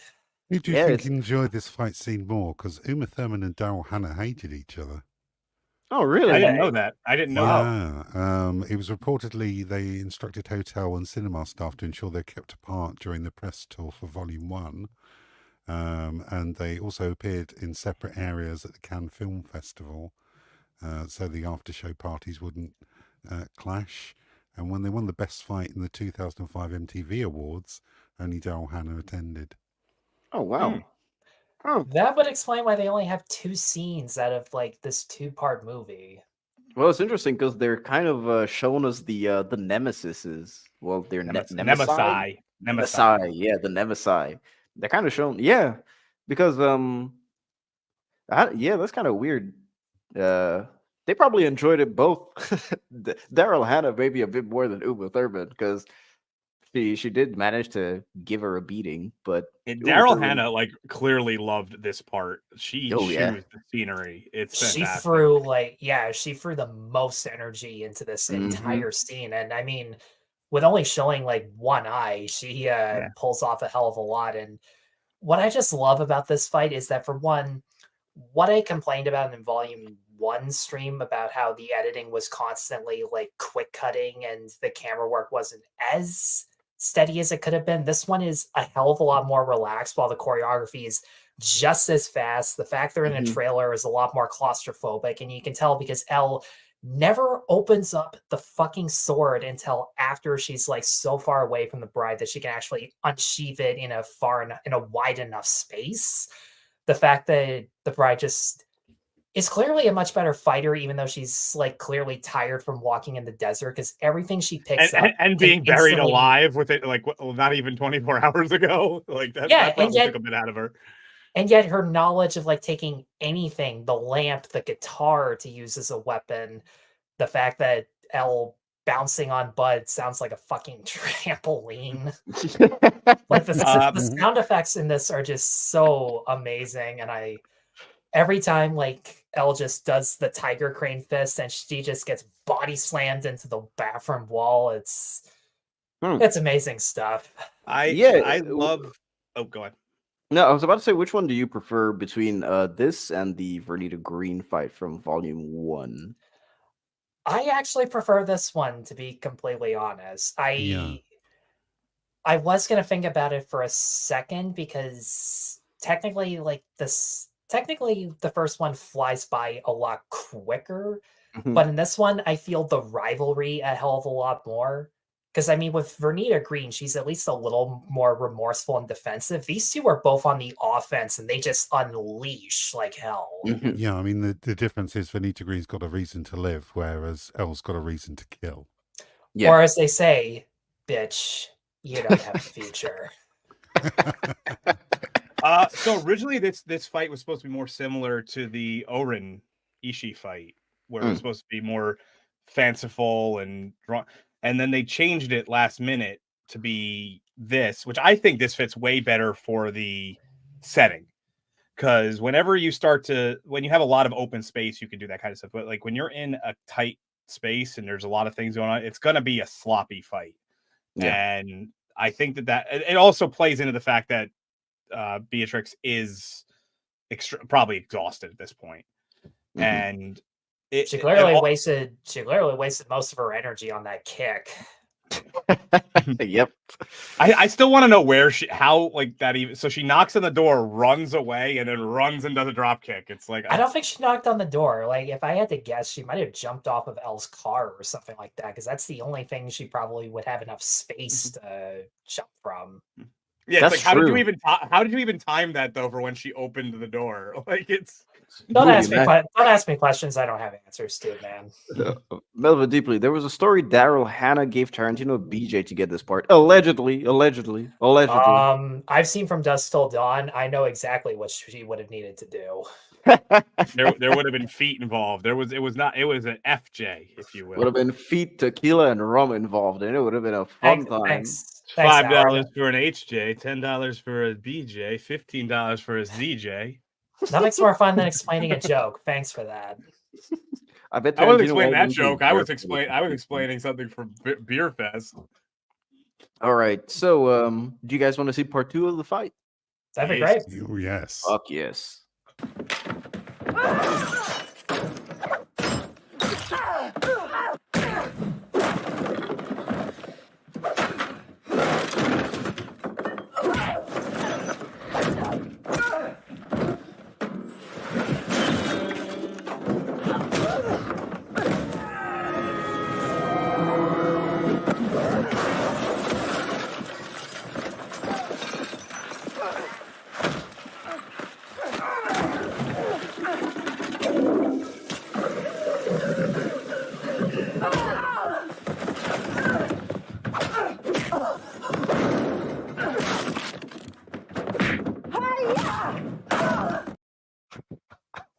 So glad you last. I'm so glad the last 5 seconds were in that because that might have been the most brutal part. Oh yeah. Oh man. Yeah, there's so much to break down in that scene. Sound editing, sound mixing with the guitar. Choreography. I mean, you guys in the chat, you guys can see all of us backstage, but Dark Hour and myself could see everyone. Dark Hour and Tyler were just laughing their asses off once they heard the guitar. Yeah, sound. I do these streams pretty relaxed already, but like when you put up the clips, I have a tendency to like sledge down and just be like laughing the whole time. I don't know if like the first part of that clip, but I don't know if anyone could see me backstage doing this. I saw. Oh, I saw you. Okay. I saw it. Okay, good. My legs, how you doing? My favorite altar. Well, my own. They got some feet in that scene. They've got some feet in here. Actually, I'm surprised that Tarantino allowed feet to be damaged in this. Normally, at the end of the credits, it says no feet were damaged in the making of this movie. It's like on the other side of the sword, which says. Please no tell me you're homo. being serious. I'm not being serious. I wish that was serious. That'd be great. Yeah, I think the absolute ferocity, not even intensity, the ferocity of the fight scene is fantastic. It's just people that are there. It's pure battle for survival at this point. And you can see they're just grabbing random objects. The lamp is literally what started the clip off. Basically smashing it on you, then trying to jab you with it, and just going all the way with the guitar as well. Thankfully, it wasn't an antique guitar like in the Hateful Eights. So, you know what's something I just noticed about this shot that you still framed here is that the way Bill is spelled is a little weird. I never noticed that it was 2 capital L's with a lowercase R. Never noticed that. It's always been like that. I think even. I mean, no shit. I didn't think you altered the fucking image. I just never noticed that specifically that it was etched Here, let's take a zoom up to my poster, see what it says on there. Yeah. Is that exactly how it is in the poster too? No, I'm just fucking around. To my brother Bud, the only man I ever loved, Bill. Hashtag no homo. There it is. Yeah. Well, it's gay. Esteban's gonna be very disappointed. It's gay. He didn't say hashtag no homo. You see, there it is. No Diddy. He didn't say no Diddy, ladies and gentlemen. So, and so this is where we get the information that Bill and Bud are brothers, and so yeah, they make it official. Up to this point, it's only been sort of implied, but yep, and of course, yeah, Max, the hi-ya is perfect. It really is. Both of them, really. I love when they splice in old school sound effects, but it's not the whole time. And in this fight is a great example of it. You know, sometimes fights will not use them at all, but in this instance, they throw just enough of them that are homage to old kung fu movies, which is great. And one of them is that last punch you had in the clip. Yeah. And even just you see at the beginning of the clip, it's just very 1 1 1 1 1. It's one shot. I'm talking about one hit would be the better word than shots. Just one hit, and after that you take a small break, especially with the putting her head in the toilet bowl. Then after that it's just hit and hit and hit and hit. It's very, very good. I think it's just a testament to Yen Wu Ping's choreography. And I think we've literally broken down almost all of his movies on TUHOS at this point. Yeah, like in the past 5 weeks, we've by accident for the most part too. Yeah, it's true. Yeah, we didn't plan that. Testament testament to his work as a stunt coordinator and how Zoe Bell's work on his later movies would clearly serve her well, because this was her first collaboration with Tarantino. Really? It was this one? I believe Zoe Bell's introduction was being Uma Thurman's stunt double for this. Yeah, you're correct. For those of you in the chat who are not familiar, I'm not sure if it was her first time doing it, but that was I know that that's who she was being stunt double for. Oh, yeah. So in the chat, for those of you who don't know who Zoe Bell is, think of Death Proof, the blonde woman in Death Proof, who's gliding on all the cars. And also Hateful Eight as the stagecoach driver. Yes, as well. And Once Upon a Time in Hollywood, Melvin's favorite movie, where she's Kurt Russell's wife. Yep. And the stunt coordinator for one of the most hilarious. Okay, we get it. You can read IMDb. We get it. I love that fight, man. What can I say? And of course, what the fuck are you talking about there? And of course, right now we get to the absolute showdown, ladies and gentlemen. Both Hanzos are out, and it's getting hot. Whip out your Hanzos, everybody. Oh yeah, and while they have their Hanzos whipped out, of course, we get the more information from Elle, who basically called Pai Mei an old fool, and he plucked her eye out, which is why she wears the eye patch, of course, and of course, she killed him because she's just that cold. She poisoned his fish heads. Yep.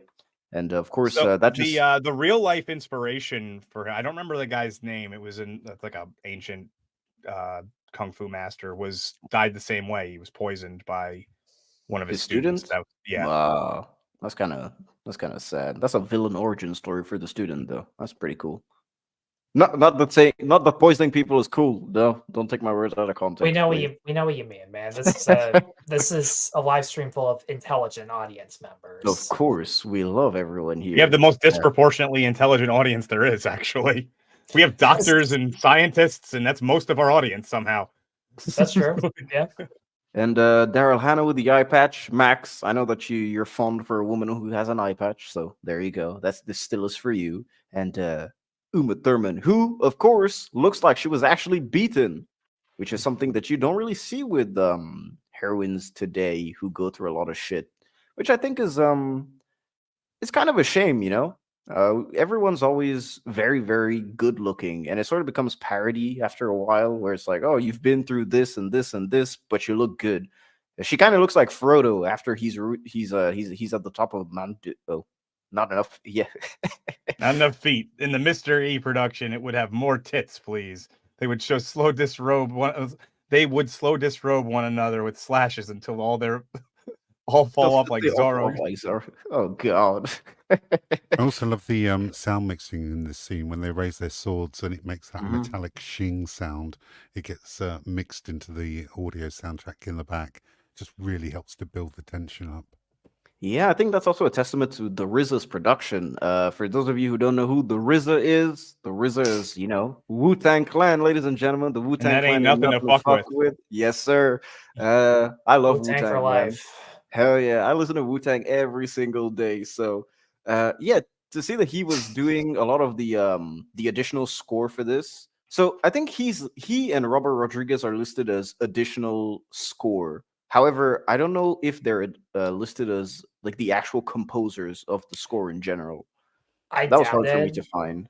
I think like with Hateful Eight, I think that was the first time anyone was credited as an actual composer, because there's an actual score for that movie. Yeah, who better than Morricone, really? Yep, I agree. And sadly, I had to do this one without audio because there's a lot of music in this. Yeah, which is a shame. Because I feel like a lot of the suspense comes from the spaghetti western music that they sample in this, especially in this scene. Totally agree. There it is. She plucks the eye out, which for me, this is kind of set up that she was taught the five exploding heart palm technique. I'm just gonna say it like that because he taught her how to do something like this as well, which we saw in Kill Bill Volume 1, of course. I just think that it shows that she was taught a lot more than she let on by Pai Mei, which is just put more in context with this scene now, especially what you know later on. It was that she was his best student. Yeah, that's basically what it is. She So also completed her training, whereas Elle didn't, obviously, after killing him. When I saw this in the cinema, that was my what the fuck moment, because they've both got Hanzo's sword. They've both been trained to very high levels. They're almost the polar opposites of each other, and just to see her pull that out of the bag just shocked me. Like the first time I watched RoboCop, I thought it was great. Mm-hmm. And then squishing it between her toes. Yeah. Oh my god. All of the thrashing around too was improvised by Daryl Hannah. It wasn't in the script. It was just supposed to be screaming off screen, and she started thrashing around because she thought it would be funny. Yeah. And if you actually compare it to her scene in Blade Runner, it has a lot of similar choreography of like the pain sequence that she goes through in Blade Runner with the legs kicking and stuff. So I'm guessing that she just kind of tried to channel that. Yeah, there it is. Smilex, call back to her death in Blade Runner. There you go. Oh, nice. Yeah. Mm-hmm. Yeah. What did you want to say, Tyler? Couple minor things. It's funny that Z said that they were polar opposites, because when they're staring each other down, they're both on the right side of the frame, like they're fighting for superiority. And you kind of know for a fact that one of the reasons Elle was always envious of her was because Bill preferred her instead.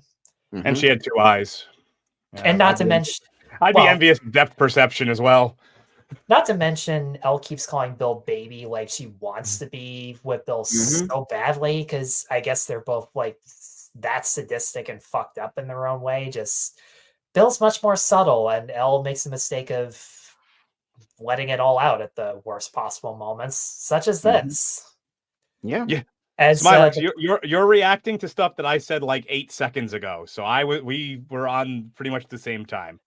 Well, I'll say something that no one said as the bride exits Cliff Booth's trailer, because that's really what it reminded me of, right down to the fact that dude literally makes ice cube margaritas the same way Rick Dalton made ice cube margaritas in Once Upon a Time. Now that you mention it, I could go forever on these. Yeah, it's interesting to see how Tarantino made his own universe without actually having a proper emphasis on it. I think the only other person who around that same time created their own universe was Kevin Smith, with the View Askew universe. Yeah, that's what they call it too. It's kind of it's want to talk about somebody who fell off, I'll tell you. Yeah. Yeah, I mean, it's kind of similar, You just compare that to someone like Zack Snyder today, who's trying to create a universe. It's just like nothing makes sense, dude. Dude flat out said Army of the Dead and Rebel Moon could share universes, and I'm just sitting there going, "What are you talking about?" I mean, technically anything could share a universe if you really want it to. Like, yeah, but I mean, with the Red Apple and the Fox Force 5 references and shit like that, Tarantino clearly has spent more time on shit like this. Oh yeah, for sure. And it's also the subtlety in the approach. Is this a shot from The Searchers, the John Wayne movie? I mean, Smilex, there was the shot at the wedding chapel. I thought reminded me a hell of a lot of The Searchers. So I would agree with that. Mm-hmm. Yeah. I actually watched The Searchers like last night. Oh, really? Yeah. Wow. And so we are, ladies and gentlemen, at the last chapter, Face to Face, which I think is the longest chapter apart from O-Ren Ishii. Yeah. The only cringe Mr. E actually, Mr. E just kind of pointed out something I wanted to say, but just held back on about. You can read it if you go ahead. The only cringe is cutting edge. Is cutting edge on cutting edge a no-no in kendo? So kendo, for the most part, and they don't really do it. So obviously, I only have let me get one that's actually you can see pink. So like they're holding their swords like this, almost like a baseball bat. And kendo, a lot of times you point it outwards in front of yourself to maintain distance and gauge distance. So that's not something that they use a lot in action. I think the first fight, the fight between Obi-Wan and Darth Vader in A New Hope, how they kind of just keep going back and forth and they're keeping the distance. That's how kendo for the most part operates. Which is obviously it's the practice art of you would use for katanas. That's not used as much in movies, and it's definitely not used in that scene. Yeah, because the last time it was used in, with the Obi-Wan scene, people were like, "Oh yeah, it's just two old guys pointing sticks at each other." That is the most technically proficiently technically correct fight that they ever did in Star Wars, though. Surprisingly, I did watch Kingdom of Heaven recently, and that's kind of the technique that they taught Orlando Bloom at the beginning. No, I want to see the director's cut of that so bad. No, dude, that's the cut I watched for the first time ever at the cinema. I was literally like, I was bored, and then I went to watch Dark Hours when I went to watch the first Omen, and I was stepping out of the theater. I tried calling you about that, and you didn't. Yeah, dude, you didn't tell me back. I wasn't going, like, I stepped out of the theater, and then after that I was like, they're just randomly showing Kingdom of Heaven director's cut tonight, one night only. Fuck this shit, I'm staying. Over here in the US, I don't know if it's the same over for you guys, but they're showing all the Spider-Man movies right now. Like, I get that. To see that. Yeah, I got that like every couple weeks. I would have. Yeah, I think it's every 2 weeks. It's a different Spider-Man movie is going to be back in theaters. It is. It's going up till the end of next month or something like that. Nice. Well, yeah. So the last chapter, Face to Face, and another beautiful shot of Mexico. I assume. I hope. Maybe. You never know. Either Mexico or it's down on the border. One or the other. That's probably where they just shot Apocalypse Now. They're like, fuck it, let's just use some B-roll from Apocalypse Now. They could probably work. And of course, we meet Esteban Viejo, who is a friend of Bill's mom and Bill's father figure, one of Bill's father figures. And we are in Acuna, Mexico, where he apparently runs the whores. Or at least runs Acuna. Which all of these are real prostitutes, by the way. In this of course they are. Of course they are. This is a real brothel and real prostitutes in this sequence. Wait, hold on. Even the one with the cleft palate? I'm guessing that was added to her. Yeah, I think so. I don't think that's really her.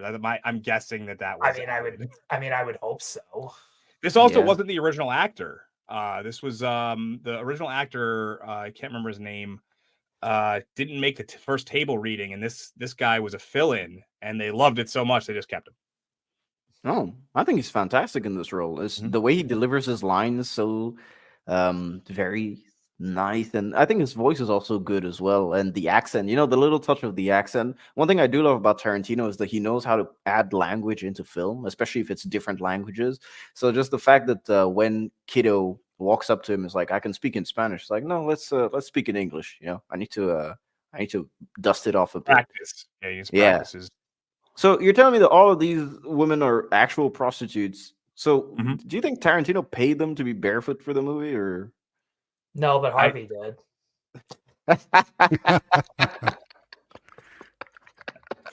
Is that Z laughing in the background? It is. Yes. Okay. Very good. I should probably preface, my Hateful Eight poster literally has like duct tape covering the Weinstein's names. It was 2017. That was the attitude at the time. He was like, yeah, I gotta give it to my Canadian sensibilities. I changed for the better, didn't I? You started hanging around with Americans. That's why we've corrupted you. Well, Josh is half American, so it wasn't you guys. Esteban is also the Texas Ranger at the beginning of the film. Is it? Michael Parks here. That's the name. I couldn't remember. Thank you. See, I knew it was Michael Parks. I just couldn't remember where else. Sometimes I can't place the names while we're doing these because I'm like paying attention to so many different. I have screen here. I get you, man. That makes sense, though. I gotta say the makeup department did a good job. That people cannot tell multiple actors doing the same parts. I didn't even tell that it was Gordon Liu until I looked it up on IMDb. I didn't even realize this was Michael Parks. Wow, he's very, very versatile, man. But I loved him in this. So we do get a lot of facts about Bill. Bill loves blondes, ladies and gentlemen. I guess one could assume. I like blondes too, so yeah, cool. And Esteban says that he would have been nicer. Bonk. Hey, gentlemen prefer blondes. Morning, Joe. Esteban says that he would have been nicer if he wouldn't have shot her in the head, but he would have cut her face up, which, of course, leads to this woman over here. Perfect timing, just arriving. It's like, oh, all right. That doesn't look very, very nice. And yeah. Would anybody give it a 1? No. Anybody? No. No, definitely not. Yeah. Oh, let me go back. And of course, maybe give her something for her trouble, but you might be the first and only person I will ever hear say that you like blondes with brown eyes. That's like usually not it's usually blondes, blue eyes or green eyes, yeah. Yes. Blue or green or hazel eyes. Very light. Hazel is brown green. So. Yeah, but take it from me. It's not like plain brown, you know. So one thing we do have is brown eyes like that. I just have black eyes, dude. I don't even know what color they are. And so yeah, so we do learn that Esteban gives Bill's location to her, and he's in the Villa Cuatro, and the only reason he helps her is because Bill would have wanted him to. And it's like, it's pretty interesting for him to say that. It kind of says that, you know, Bill is remorseful for his actions, and him as a father figure would have probably had a conversation about what Bill had done to her, and he would have seen that, even if Bill wasn't outright clear about it. He would have seen it on Bill's face. Blondes with brown, blondes with brown eyes are typically bottle blondes. Not always, but mostly. Huh. That's Fiona coming in, being like, "Look, I'm going to defend the blondes." Hey, no need to defend. We're all here for them. Gord. Oh, looks like come a on. coin slot. Yeah, a little bit. No, Gord. Of course, I just took this shot because it looked fucking cool. No other reason, ladies and gentlemen. So she has that is a cool shot. That is yeah. If anyone that would be a great poster for if they ever did a volume 3, because people would reference a YouTube thumbnail, honestly, or a thumbnail like it. That's a great, just nearly perfectly centered shot. Yep. I'm kind of wishing that was my poster right now. And of course, like select that, find a website that makes custom posters, just send it to them. Oh, I never said I couldn't do it. and then make sure you put up in that big dead space corner a Weinstein movie right there. It's all right, moving on, ladies and gentlemen. We finally arrive at Bill's house, and we are armed. An Orwell reference. The number says 101. Yeah, so that's room 101. I never really paid attention to that, actually. The torture chamber from 1984. I guess, yeah. Probably. Or is that Cheap 4 Rooms reference? Could be so many references. With Tarantino, you never know what the references are until you get like official words sometimes. That's true, yeah. Could take years. Maybe. Yeah. Maybe. I'm sure we could. It's a good guess. It's a good guess. And of course, she arrives at Bill's house, ladies and gentlemen, and we're greeted with BB, who is chilling with Bill. Which, yeah, did you guys ever expect the kid to be alive at this point in time when you first watched the movie?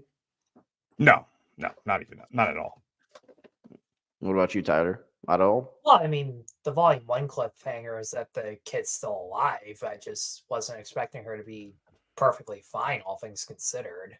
Or just so normalized with the world that they live in, the very world that Lady tried so hard to avoid, and look how well that came out. Oh, hey, CLS. How you doing, man? It's been a while. Hope you're doing good. Hope you're having a good afternoon. But I will say, I can't remember who in the stream mentioned that she had just given birth before a production of the movie. I don't know if that was yeah, it was. Yeah. That clearly shows in the performance, because when she's a mother, it is extremely tender, and despite having like no insight that she could be that good at it, it really does feel genuine and warranted. Yeah. Well, she already had a kid before that. That was her second child. But after that was the fact that she was pregnant and they had to postpone some of the writing action scenes. Basically they didn't even start the filming at all Hmm. until she wasn't pregnant anymore. Actually, and when Tarantino was given the okay to expand the characters by making it 2 movies, one of the things he did was go in and add more motherly aspects to this scene. And you can clearly tell that it paid off in the end. Oh yeah, I totally agree. And that was 100% inspired by the fact she just gave birth, so it was all connected. Even Bill's fatherly side is interesting because I mean it's just her reaction is very, very just sincere, and then after that it's like, yeah, BB, we're finally meeting her, and it's just Bill making a sandwich for his kid with the crust off. Yeah. I love how he uses the butcher's knife as to do everything, like the mayonnaise, and he like slides it off to clean it. It's the most epic sandwich making I've ever seen. Yeah, I think that's more to the fact that he dare not be unarmed in a room with her. That's possibly, I didn't even think of that. Yeah, and it's even just the fatherly, because here, for example, at the beginning of the scene with him making the sandwich is very fatherly. It's like, he's being a good dad. And what he basically told BB is that Beatrix was in a coma, dreaming of her this whole time, and that she's finally awake from the coma and she's here to see her. And we also get the touching moment where BB says that she thinks her mom is very pretty, which Bill corrects her by saying, you have to say, the word gorgeous is a better way to say pretty. And it's like, you get those elements stacking up on each other. You're like, maybe Bill isn't such a bad dad, until you get to the story about Emilio, which is the fish, and you're like, this is kind of weird. Like you're kind of raising her to be a killer, in a way. I kind of got the hint that maybe, I feel like her accidentally stepping on the fish might have been a hint that, maybe she was born violent just like her parents, but you could also make the argument that he had been teaching her to do shit like that before, because he clearly doesn't seem all that bothered by it. Yeah, he doesn't. It's interesting because like it's a parallel to what he says. Also the fact that BB is kind of advanced. I don't think advanced would be the right word. I guess brighter than most. No, advanced is the correct word. Advanced for her age. That's correct. Yeah, okay. I'd go that far. Yeah, advanced for her age. Because Bill has told her everything about what happened. Yep. Maybe not the motives, but definitely that he shot Mummy and Mummy went into a coma. So and she seems perfectly calm with that. Yeah, it's also the parallel with what he says to Beatrix when they're at the campfire. He's like, I like you because you're more how do I say this? He did say that, wise beyond your years. Wise beyond your years, exactly. Yeah, it's kind of like mother like daughter in this situation, and I think that's just a nice touch, And I love that Gord King caught that very line, because Tarantino was so full of shit enough to actually say that line in the movie. Yep. Yeah. The second he said that, I'm just sitting there going, really? It's like he said the thing. He said the thing. I mean, he was basically. Well, he was paying back to RZA. He was like, I'm gonna mention song names. Oh, sure, that was the reason. Well, there's 2 of them. Well, no, because he does 2 of them. There's Natural Born Killer and Renegade Killer B. He says both of them, and they're both references to RZA music. So maybe. Well, I meant 100%. It's not a maybe. It's 100%er. They've said it. I was talking about the Oliver Stone Natural Born Killers that Tarantino wrote, but yeah, the movie that Tarantino wrote, Natural Born Killers. Because boy, did Tarantino have some words for Oliver Stone. Oh yeah, he did. and so basically, for those of you in the chat who need a refresher, the story about Emilio, which is BB's fish, is that she took him out of the fishbowl, put him on the carpet, and he was flopping like a fish. That's a SpongeBob reference, ladies and gentlemen, of course. And what she did was she stepped on him, asphyxiated him, and the fish died basically. And she realized that she killed the fish. And I don't know if specifically she says that she felt remorseful or not. I don't think she did. I don't remember her saying anything. Yeah. And Bill was just basically saying that that's a great example for a child because there's nothing clear cut as life and death as a fish flopping and then not flopping. It's like, yep, that's where it's kind of very, very iffy on the fatherly tactics that he does, that he has. And I think it's something that Beatrix Kiddo just picks up on directly because later on with the truth serum scene that we're going to get to very shortly, it's one of the fears that she had of Bill having her kid, which is why she ran away from him, is him forming the kid to be a killer or to become a killer.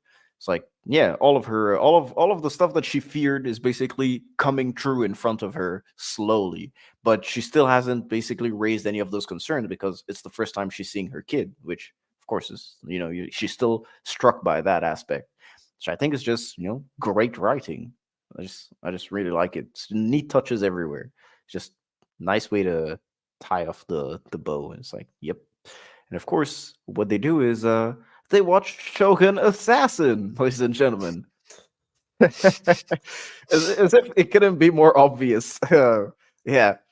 So for those of you who haven't seen Shogun Assassin in the chat, I recommend Shogun Assassin. I think it's a great movie. I like all the Lion and Cub movies. There's a lot of them, but Shogun Assassin is the most famous one. So yes. I watched this exact shot, and I think of that Modern Family episode where the gay couple's showing the baby Scarface for absolutely no reason. It's so bizarre, but and the flashes of red coming out of the TV just made it so weird. But I do like that when she tucks her into bed, it's all done in like one shot just to show that she actually can naturally be a good, loving mother. Yep. Yep. And props to that kid for like staying in character asleep the entire time. Yes, you didn't have one eye just randomly open. It's like, all right. You never know with kids, man. And I can't picture Tarantino being around kids, even though he has two of them now, and I can only imagine what cartoons are playing at their house. But violent anime, ultra violent anime has to be. And so she basically starts to confront Bill because the kid is asleep, and let's just say that things kind of get a little bit dicey. So first thing she does is have Bill is very curious about how Hanzo made the sword for Kiddo because Hanzo was established to be retired, and she just says, "Well, I told him I was coming after you." It's like, damn, all right, that's very intense. Enough of a reason to break a blood oath. Yep. Enough of that. Yeah, it's true. And of course, one thing that he does say is that he wants to sword fight either at dawn or under the full moon at the beach, like actual, swordsmen, with their Hattori Hanzos. And of course, while he's telling that to Beatrix Kiddo, this happens. But if you want to be old school about it, and I'm all about old school. Now, if you don't settle down, I'm gonna have to put one in your kneecap. I'm just fucking with you. Han Solo, ladies and gentlemen. That was a Han Solo reference. The way that he's dressed. You guys always bring me on streams where the villains are just so calm and collective and rarely show emotion. The best kind of movies have those villains. That's why. Oh, for damn good reason. Yeah, Bill shot first, ladies and gentlemen. That was it. Bill only shot because Beatrix did not shoot at all. Yeah, it's kind of weird the way that he dressed him up as Han Solo. Don't you guys think so, Tarantino? I mean, to be honest, I didn't notice until he brought it up. Oh, that was I could only think about that. Go ahead, Z. And that was supposed to be the climax of the film. It was originally written as a sword fight on a moonlit beach. But when the production ran over, Harvey Weinstein insisted Tarantino cut the scene back, so it's only referenced. I mean, I don't know how I would have felt about having another big scale O-Ren Ishii type fight versus Bill, because one of the best aspects of the ending is the fact that it's very personal. It's just them sitting face to face. They don't even get up while they're fighting, which I just think adds to that personal aspect. And having that big drawn out sequence where they're just fighting under the moonlight or at dawn. I think it wouldn't have that same intensity for me. I give it credit that it's something different, and like you definitely feel intensity because of the edits and the choreography. Like it's still fast paced and energetic, like a good fight should be. And yeah, them sitting down is definitely a change of pace. But even then, I felt like you could have gotten a little bit more leeway out of it. And it just once again pisses me off that Weinstein had like little to no faith in audiences having a brain cell. It's funny that in the volume 1 stream I mentioned how Miyazaki like stood his ground and said no cuts, while I have a Miyazaki poster underneath the Kill Bill poster. Yeah, it's What the fuck? How does that happen? How does that? Yeah, you What's try. going on? Dark Hour, try put 2 thumbs up. No, 2 thumbs up. No, it doesn't happen to you. Wait, put your hands down and put them back up. 2 thumbs up. Yeah, do it like I did.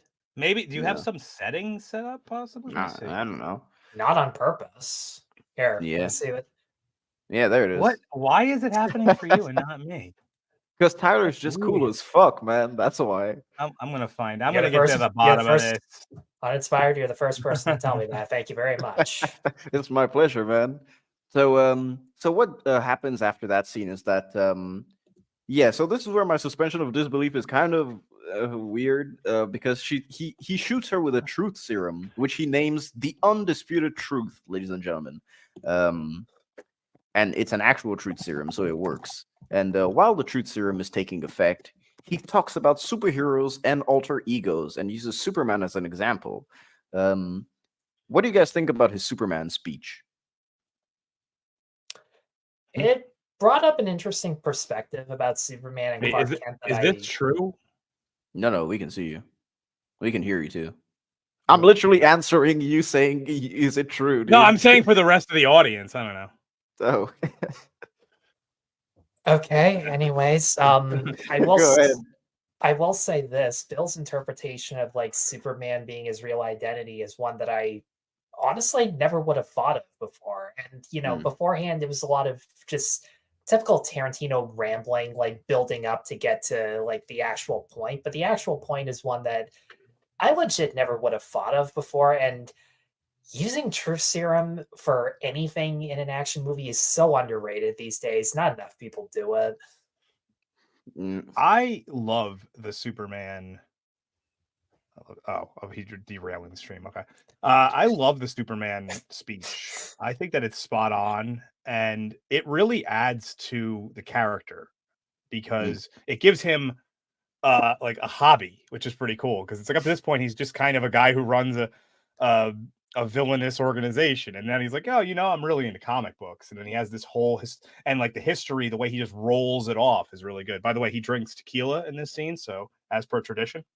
Aren't you gonna smash the lid through the bottle like he does?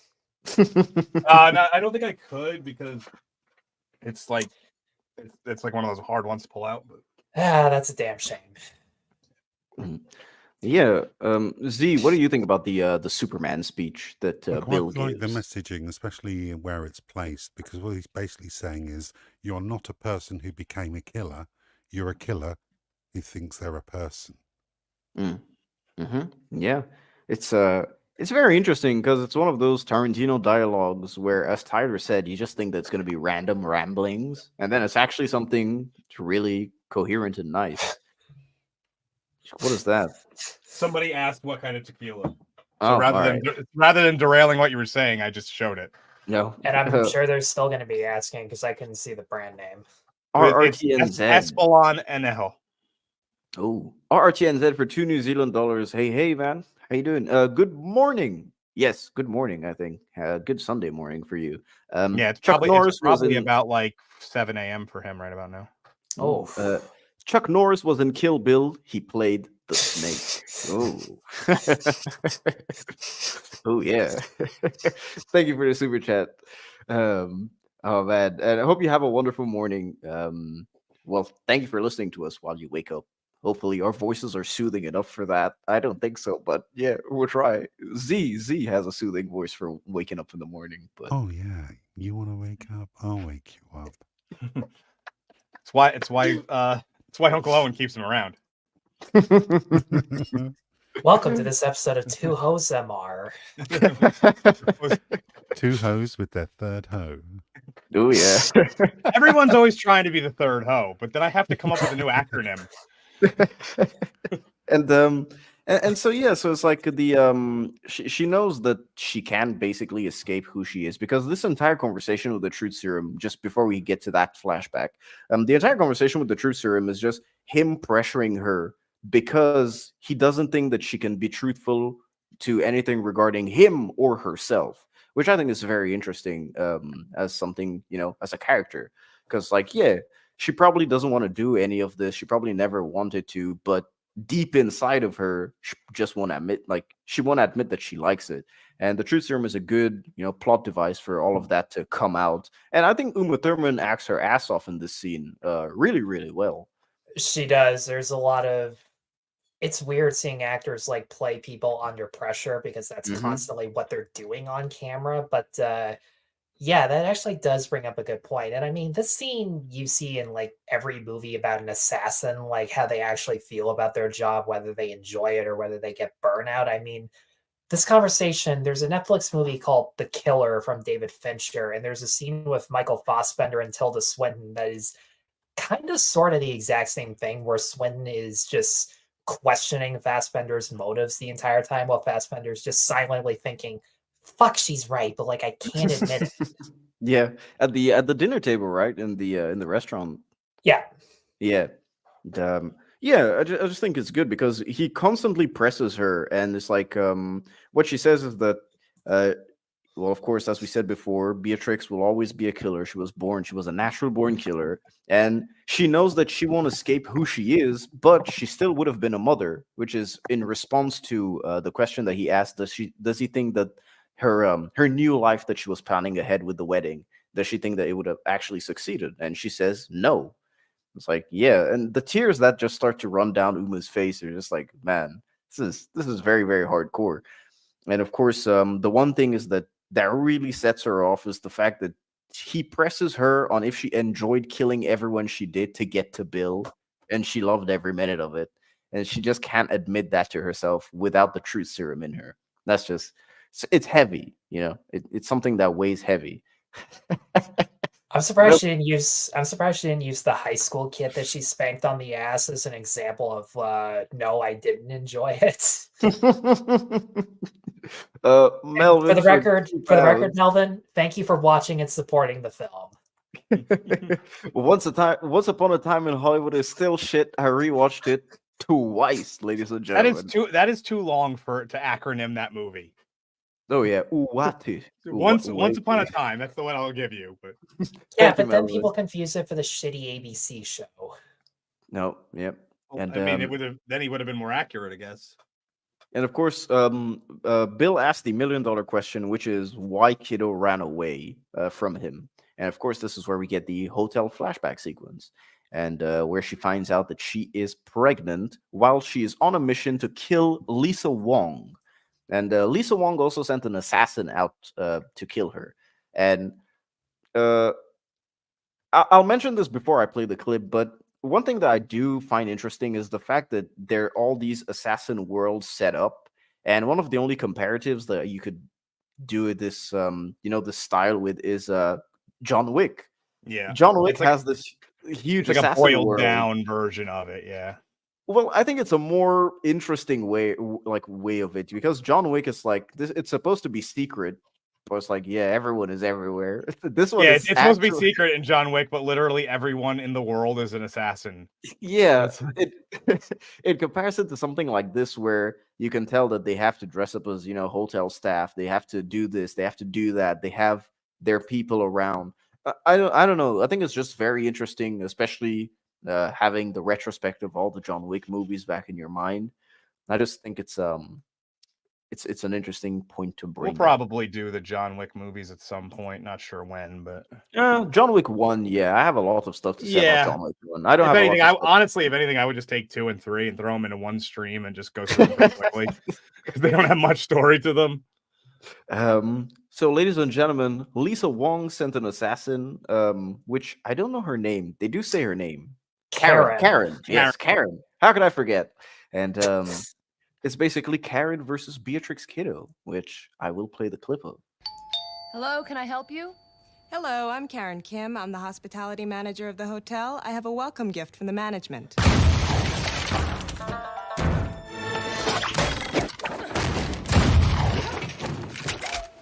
You pretty good with that shotgun? Not that I have to be at this range, but I'm a fucking surgeon with this shotgun.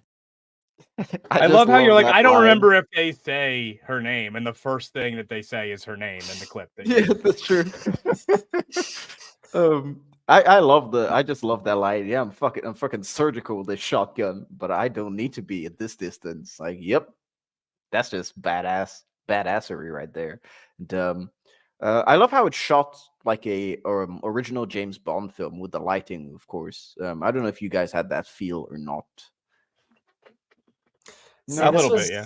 This was kind of one of the sequences I was less analytical about, just because it was one of the few scenes I actually remembered from the first time I watched both of these movies, and just finding it so weird, but also so empathetic that this one assassin just happens to have as good a moral code as Kiddo does. But it was also kind of refreshing, and it's proof that Tarantino can do modern comedy better than most modern comedies, with the exact way that she reads the fucking pregnancy test on this.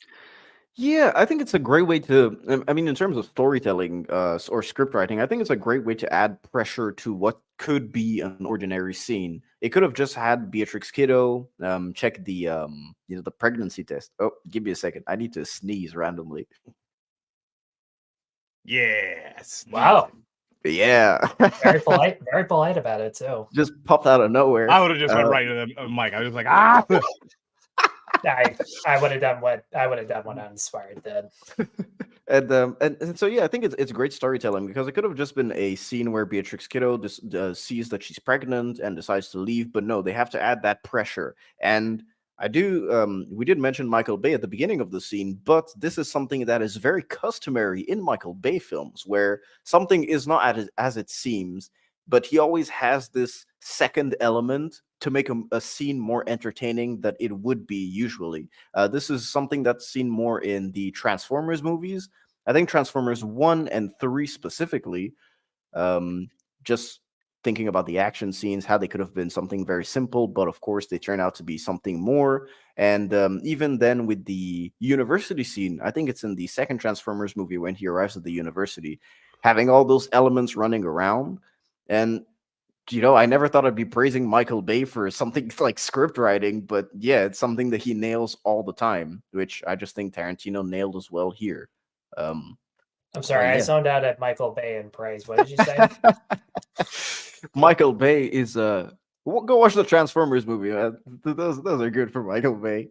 I've seen the first one. That was plenty. We will eventually do the Transformers movies as well. Listen, if we do one Transformers movie, it's gonna be Dark Side of the Moon. I think it's the best Transformers movie. Wasn't Transformers it Dark of the Moon?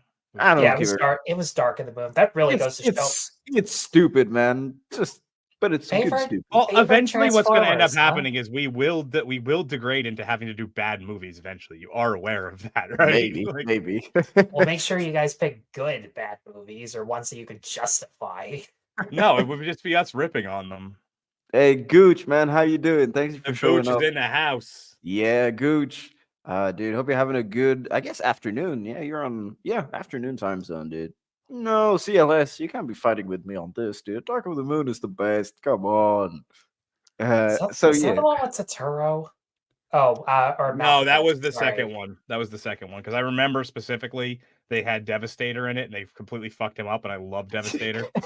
I know Totoro was in the first one, because getting pissed on a Transformer was the low point of his career up until he did Jesus Rolls, and then that became the worst point.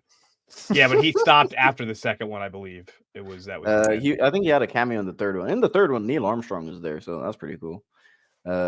Yeah. All right. So back to Kill Bill Volume 2, ladies and gentlemen. One thing I do like to bounce on that Tyler said before about her becoming. Hey, I never said he was better than Kubrick, but yeah, my controversial opinion is that The Shining is trash, man. So I'd rather watch. I feel the same way. I'd rather watch Dark of the Moon than The Shining. That's just me. No, just watch Doctor Sleep. That's actually scary. Yeah, that's an actual good movie. Yeah. And of course, yeah. So one thing I want to say, just in relation to what Tyler said before about her becoming a mother, she says, "I'm the deadliest woman in the world, but right now I'm scared shitless for my baby." It's like, yep, that's all you needed to know. I just think it's a great line that Tarantino throws in there. It's like, yep, fantastic. I just love that Dark Hour highlighted all of the comments that they clearly stole from Screen Junkies. You guys really got to amp up your material. Thank you, Hour. And of course, we reach one of the. Well, I think this is one of the final scenes of the movie where it's Bill and Beatrix basically confronting themselves, and it's interesting because this is where you get to learn that Bill mourned for her after she left, and after she faked her death. And when he tracked her down to the wedding, this is where he says that he quote unquote overreacted, ladies and gentlemen. That is a bit of an overreaction, though, isn't it? Yeah. I do like how he justifies the wording though, where he's like, I'm a killer. So yeah, it's an overreaction, but it's within my character, basically is what he says. Murdering bastard was the official word. And I just love that Furman did like 3 double takes before saying you overreacted. That just made it even funnier. Mm-hmm. Yep. Sasha Grey? Who is Sasha? Oh, Sasha Grey was a porn star. Oh yeah, god. She was one of the few to make like a mainstream jump though. No, I don't watch porn, man. I don't know porn stars. Believe it or not. I guess the chat won't believe it, but believe it. This is a great segue. This is a great segue to remind everybody that in 2 weeks we're doing Boogie Nights, and we will have a former adult star on this channel. Well, not this channel, my channel. On Dark Hour channel, yeah. On the stream, yeah. So yeah. And ladies and gentlemen, would you like to see the final battle between Kiddo and Bill, or is there something that you just want to say before I play the clip? Well, apparently, the cat is obviously don't watch porn. The cat's out of the bag on that one. You merely adopted the pussy. I was born in it. I was born one. I was born one. Yeah. That's a good segue for the clip. Let's see the fight. You and I have unfinished business. You ain't kidding.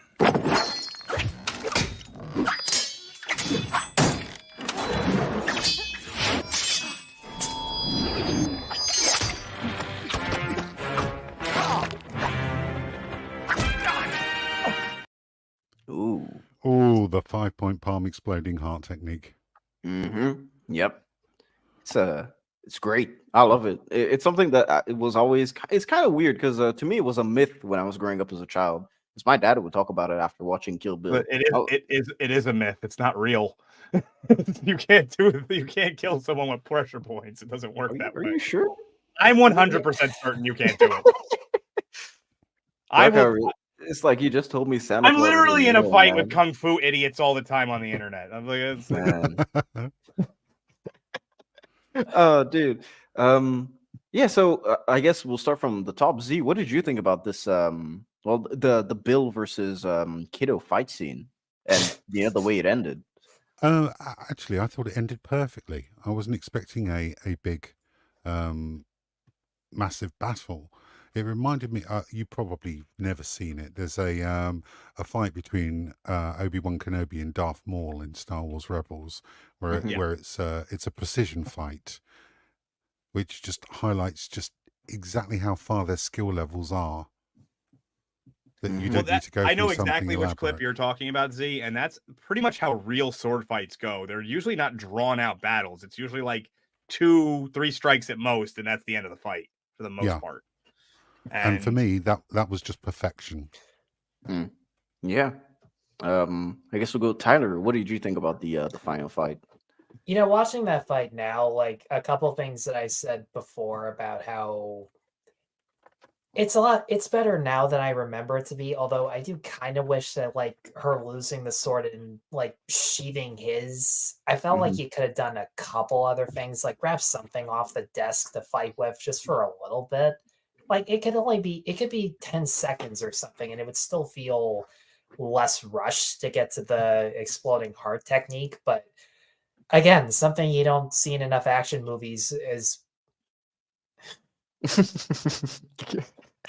I love how you think don't mind Dark Hour. Don't mind Dark Hour. Yeah, I love how you think this isn't interrupting or anything like that. But go ahead, Tyler. If I can't hand me one of those belts right now, I was gonna say another thing you don't really see that much in martial arts movies is pressure points. Going back to Avatar, I think Ty Lee is the biggest example of one who uses it on a regular basis. Yep. And even then, in the show, I don't think they did it enough. Did it well in Kung Fu Panda. Skadoosh. Yep. Yeah, in the first one, Ian McShane does do a lot of pressure points. That's true. Yeah, that's true. Dark Hour, what did you think about the final fight? Was this something? Now, despite what I just did, I still think that in movies this is fun, and this reminds me very, very much of. I mean, I think Z3PO had a better example. I didn't think of it, but this is the one I came up with when I watched it. Was the scene in Indiana Jones where the guy's doing all these crazy sword tricks? He just shoots him. It's like we don't need a drawn out thing all the time. You know, it's like it doesn't always have to be a super drawn out fight. Sometimes, and a lot of fights end quickly. You know, we need more Harrison Ford getting food poisoning and massive diarrhea. Yeah, have we checked whether or not Uma Thurman had food poisoning? That might have been a situation. That reminds me, we didn't get around to that story of how we'll do it we'll do it after the end. Don't worry. I know okay. I want you to tell that story too, because it actually is kind of important to the history of this movie, actually. Yeah, I kind of wish it wasn't, but yeah. I might explain why Part 3 never got greenlit. So, all right. I'm a fan of the fight scene between both of them.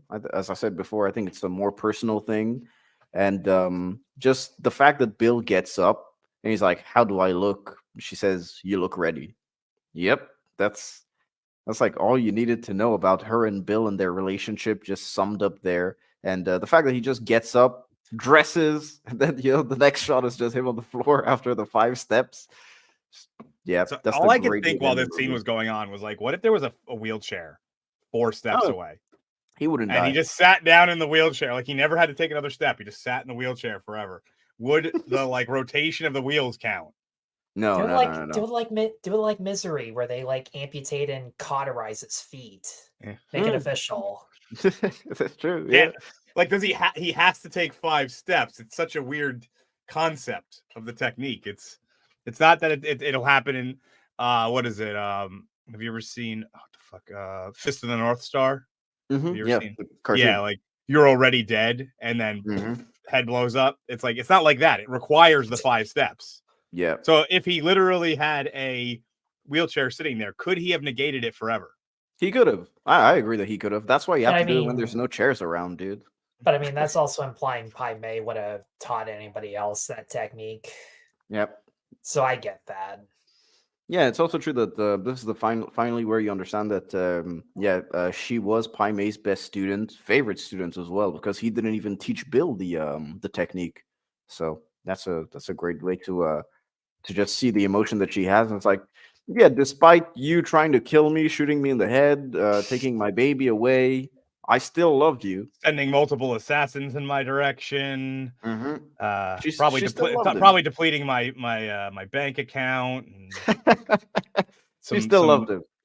Some slanderous words probably spoken about me.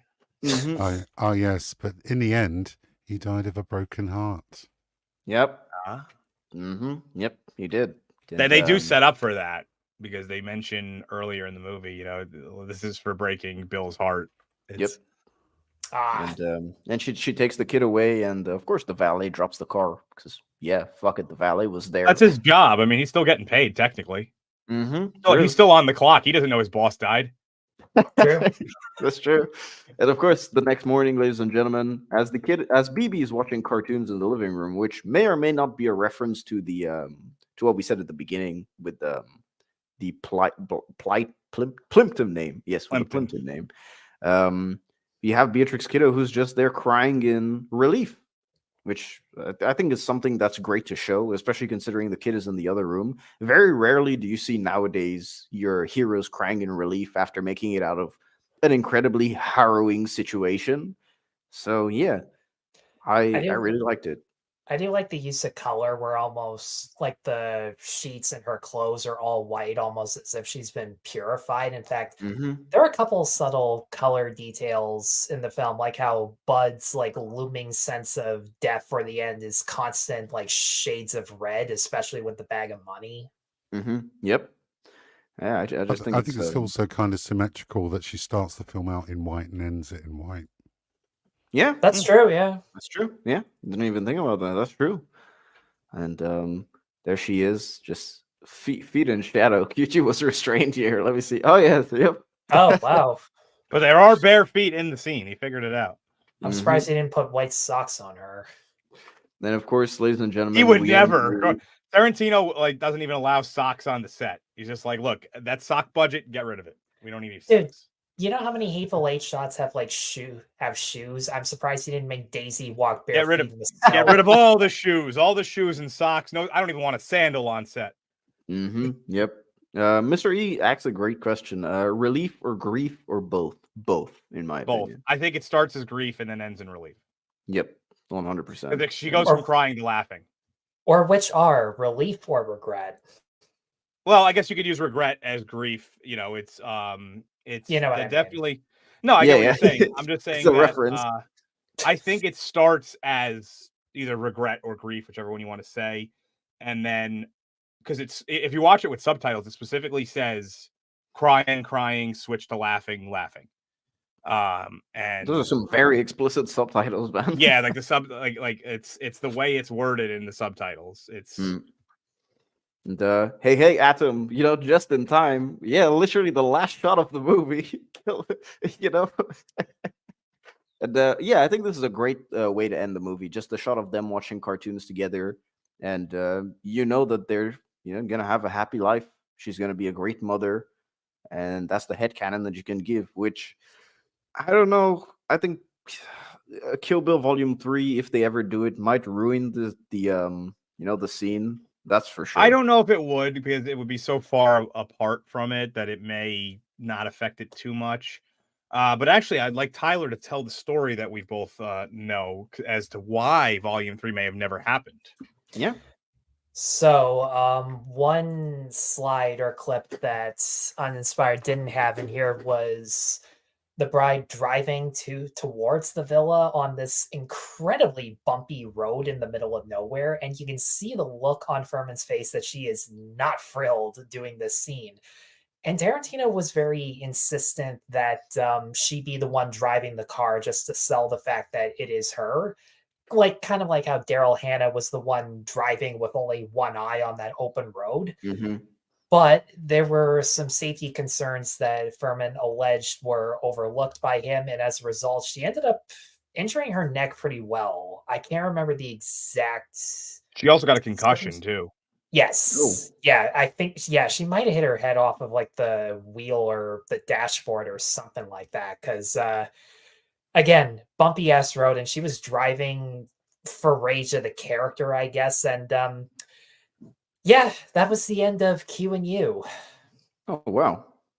It is very unfortunate. And while I can definitely admire that Tarantino is the tough love kind of director who like wants relationships but also doesn't settle for less, it clearly has backfired on a few occasions. And judging by just how many people in this movie apparently did not get along, I'm learning some of these feuds for the very first time on this stream. It's definitely a labor of love, because you definitely got out a good product, and it's obviously not the worst case scenario like this. I mean, fucking City Lights, Chaplin fired that one girl and then had to rehire her because the two of them just hated each other's guts. But yeah, sometimes feuds like this can make for a better product.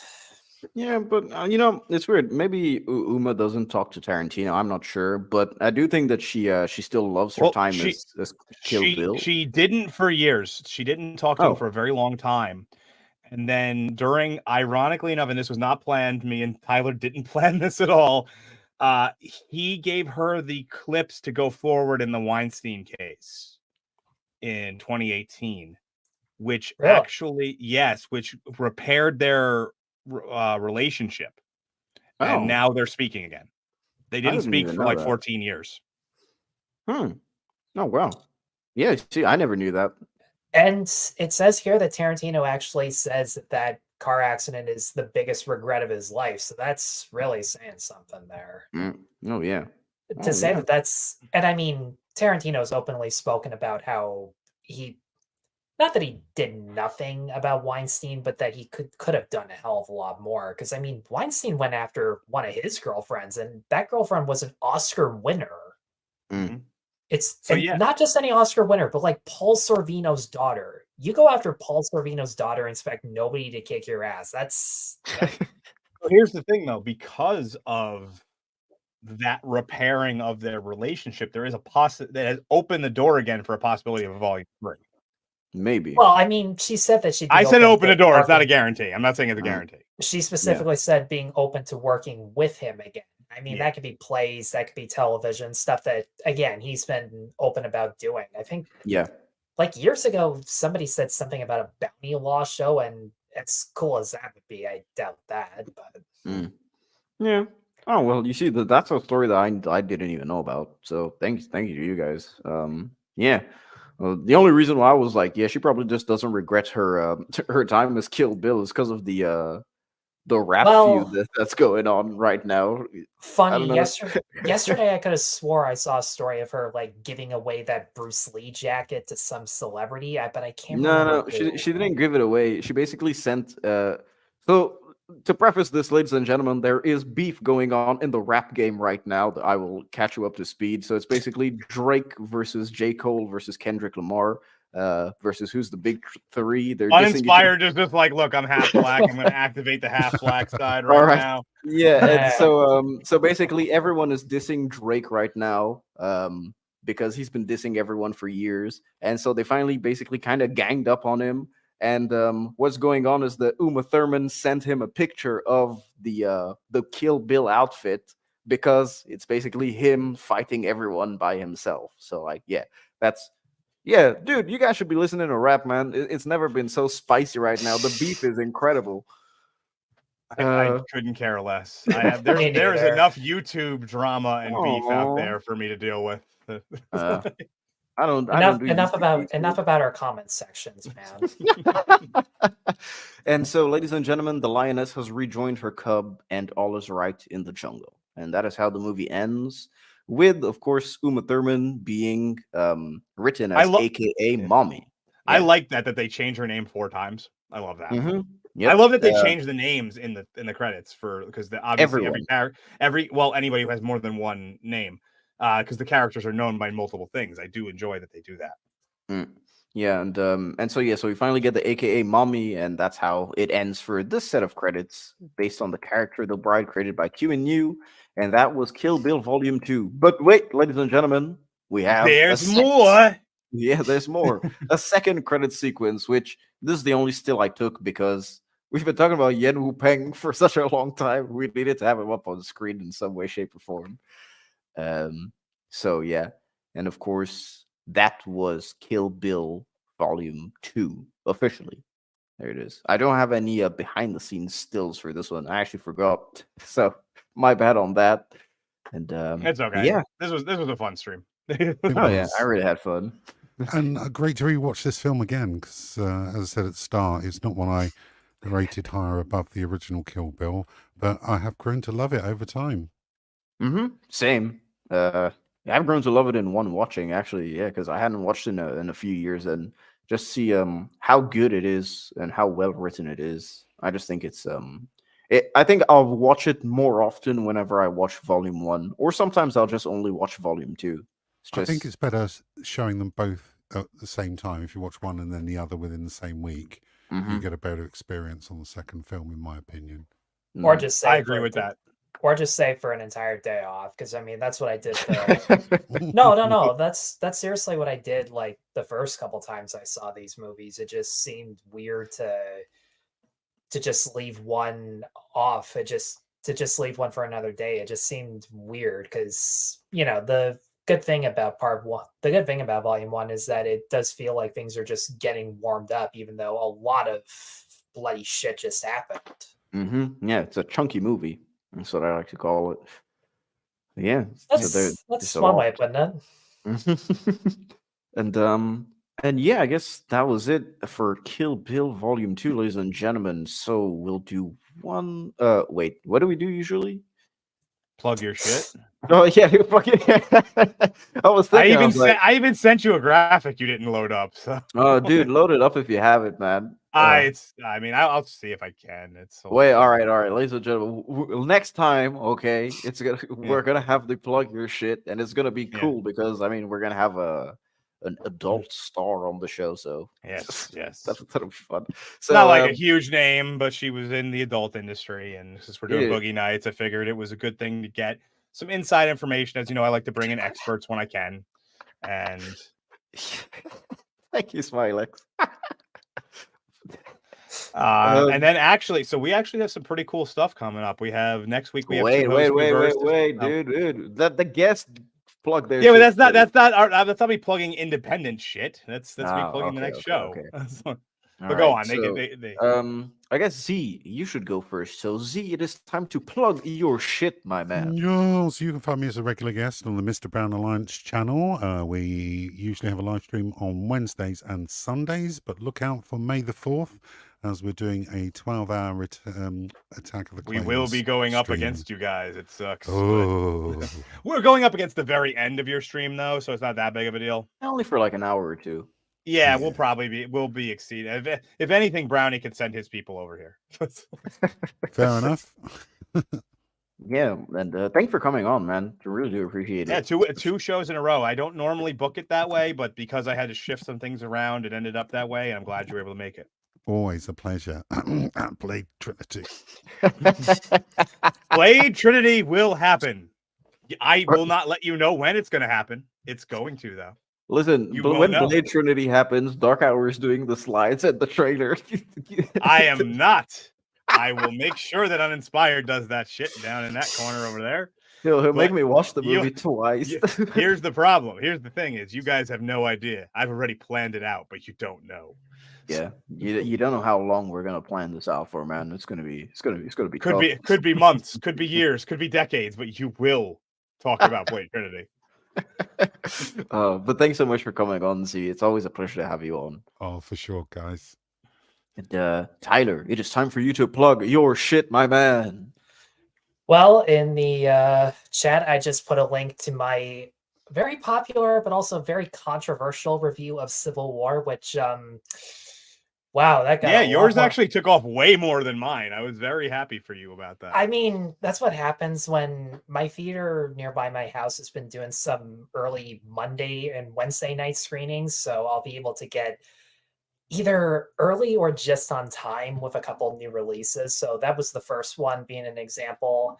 Just for out of complete boredom and a need to make a video, I put out a review this morning for an IMAX documentary called Deep Sky that is 40 minutes about a telescope a million miles away from Earth. That was surprisingly some neat stuff. But Tyler, how long is that IMAX movie? It is only 40 minutes. And I know that because while I was waiting in line, the older couple next to me, after they had scanned their tickets, looked to the usher and said, how long is the IMAX showing? And I'm just sitting there going, it was one of I when you messaged me that, I thought it was hilarious. I was like, the only way it could have been funnier is if they were like, how long is the 40-minute showing?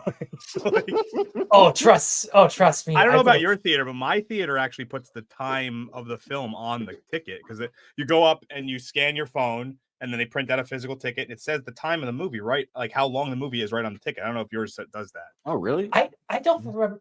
Yeah, to be honest, I don't remember. Like, it's listed on the website because they have to, but on the actual tickets themselves, I have no idea. But yeah, I've got reviews for that out, and either tomorrow or Monday, I'm going to have a review of a Canadian supervillain comedy with Colin Mockery called Villains Incorporated that a studio actually wanted me to talk about, which is it's happened a couple times before, but not as regularly. So look forward to that.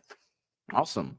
Yeah, check out Tyler. He has great stuff on his channel. Really unique. Uniquely. That's what drew me to videos. his channel. I loved his editing style so much that he has helped me with pretty much every thing I've done this year. I've done a couple of videos without him only because I either figured I would be better for that particular one or I didn't want him to see it. But he's helped me with a lot of stuff. I've learned a lot about editing from him. Great stuff. It's and I'll check out your video on the documentary because space and like just weird stuff interests me. Like one of my favorite movies ever is a documentary on it's called Particle Fever from like 2013. It's a 2-hour documentary about the collider that they have. It's a great documentary, man. I'm not even gonna lie. It's really? Fantastic. Yeah, called Particle Fever. I'm not kidding when I say this. My favorite documentary is Won't You Be My Neighbor for sentimental reasons, but it's a great documentary. Yeah. So I guess we're on my channel. So Dark Hour, you want to plug your shit before we plug any TUHOS shit?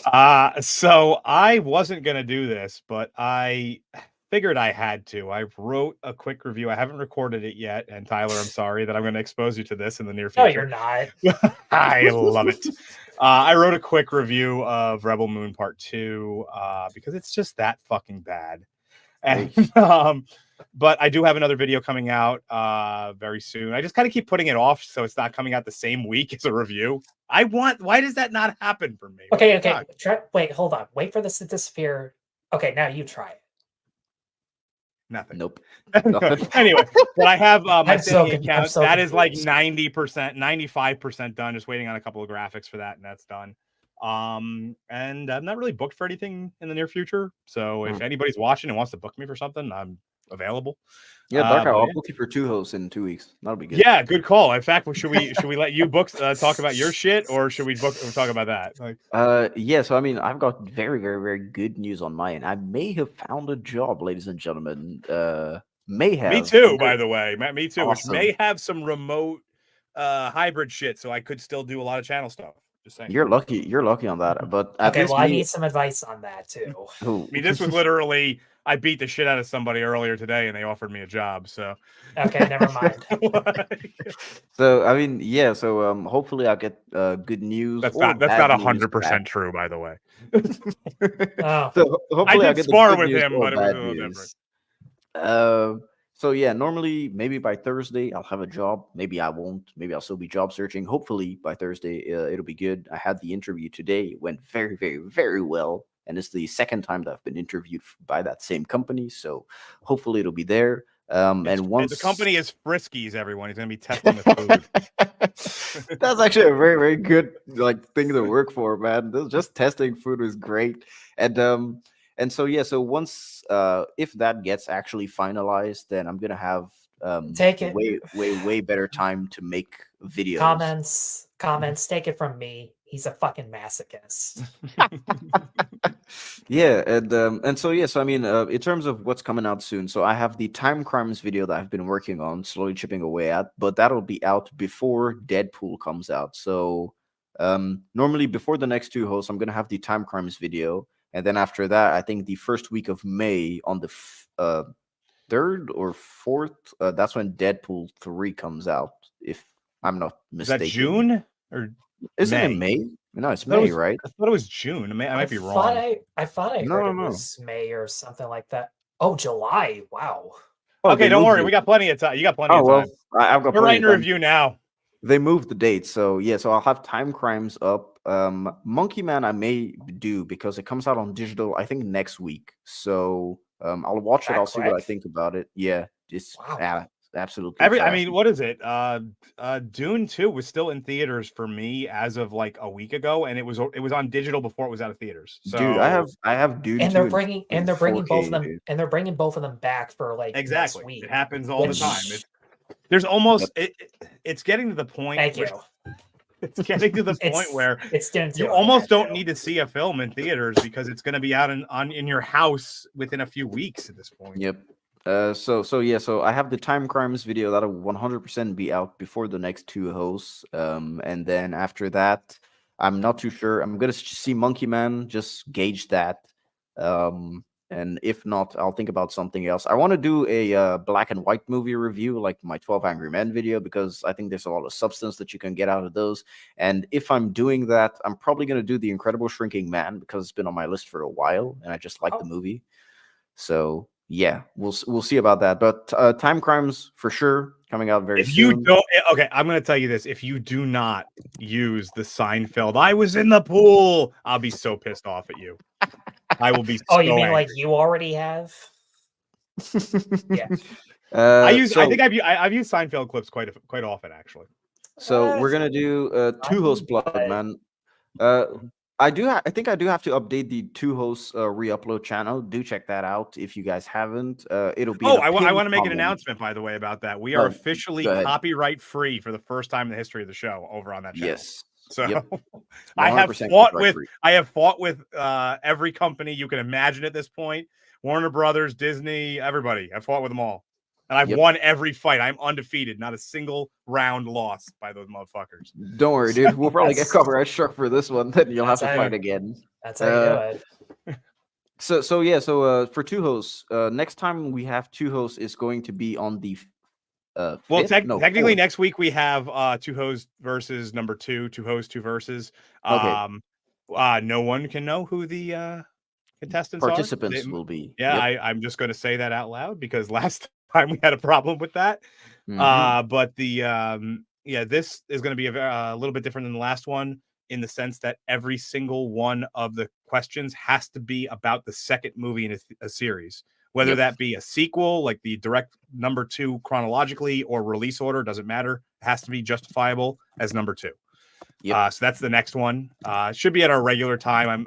One of the guests still hasn't really confirmed the time. It will be within the range of the TUHOS normal schedule, though. Yeah, either 1 p.m. EST or 2 p.m. EST. Yeah, it's going to be one of those two. Yeah, and TUHOS versus, as you guys know, it's a game show. It doesn't go on for as long as this. We do like about an hour and a half. Yeah, hour and a half. And yeah, it's going to be fun. We've got some good questions cooked up. We've got some great contestants. So I really wonder how it's going to go. I don't know if my representative will win for me. I hope the person does. We got great ones this time. Don't worry. I hope the person does for you too. And then we still haven't even come up with you lost the last time, so technically you owe me like something. I don't know what it is though. But and then the week after, which is going to be the 4th of May, that one we have TUHOS After Dark for the first time, which I'm also maybe possibly going with Midnight Run because it's midnight for you, but I don't know. I haven't decided yet, but we haven't full. But it's going to be our late night show. It's going to be 6 p.m. Eastern and 12 a.m. for me. Yeah, it's going to be midnight for me. So that's why I'm thinking about doing Midnight Run because it's technically at midnight for you. But it's going to be Boogie Nights. We have Stupenzo making his return, Lance making his return, and a former adult star named Avalon Faye from Australia, who has graciously offered to come on the show. And we are going to talk about Boogie Nights, one of my favorite movies of all time, about the rise and fall of Dirk Diggler. And then after that, we have another interesting one that was Happy Gilmore, which we're going to be bringing on a guy named Robin Lundberg, who is a sports radio analyst and sportscaster from the New York area. And I've listened to him for 10 plus years, and I messaged him and he was really interested in coming on, so we're going to be doing that one as well. I actually moved things around specifically for that one. So I'm gonna update the schedule on the TUHOS re-upload channel. For those of you who don't know, I update the schedule over there. It's in the channel description, so you guys know what movies, what channel it's going to be on as well. So do check that out. Also do check out the re-upload channel if you haven't already. Yes, always check out the re-upload channel. This video is probably going to stay up on my channel until Monday, and I'm going to leave a pinned comment in the pinned comment, and it's going to be the link to the the TUHOS re-upload channel. So yeah, and it's going to. And be if you're here. watching on Twitter next week, we will also be on the next shows will be on Twitter going forward. So yeah, sorry, X, yes. But all right, yeah, but yeah, thank you for joining us, everybody. Yeah. Thank you to everyone on the panel for joining us. Z and Tyler, it's absolutely fantastic to always stream with you guys, especially for a movie as good as Kill Bill Volume 2. Thank you for coming. What was the results of the poll? Let's not make the same mistake we made last time. Oh yeah, don't worry. I didn't forget it. Dark Hour, as always, it is a pleasure streaming with you. And of course, massive thank you to everyone in the audience who has been watching since the beginning. Really, really appreciate you guys spending your time with us. And of course, I'm going to end the poll, which, yep, there it is. So, which is better? Both movies as one wins by 63%. Volume 1 is next by 30%. And Volume 2 by 6%. Yeah. I'll be totally honest. I voted for both as one movie. I voted for one. I voted for the first one only because I just think it's just a little bit better. Like it's not the gap isn't as big as I used to think it was years ago. It's come much closer to the middle, but I still think one is just that much better. How about you, Z? I prefer to watch both now. Yeah, I voted for both as well. Like I'll admit the first one moves at a much more brisk pace, and like I said, there are certain like monologues that go on a little bit too long, but the stuff that I think is better, I think is just a little bit more worth it. But again, like the first one's more of a popcorn movie, and that's probably more appealing. All right, ladies and gentlemen, I think that is it for today. Massive thank you to everyone in the chat. As I said before, massive thank you again. Thank you to everyone who sent in super chats as well. Really, really do appreciate it. It does help sustain the channel. And I guess that is it. So Dark Hour, send us out. Well, one last thing. Yeah, I saw some people say they're going to go over to EFAP. You know, my buddies over there.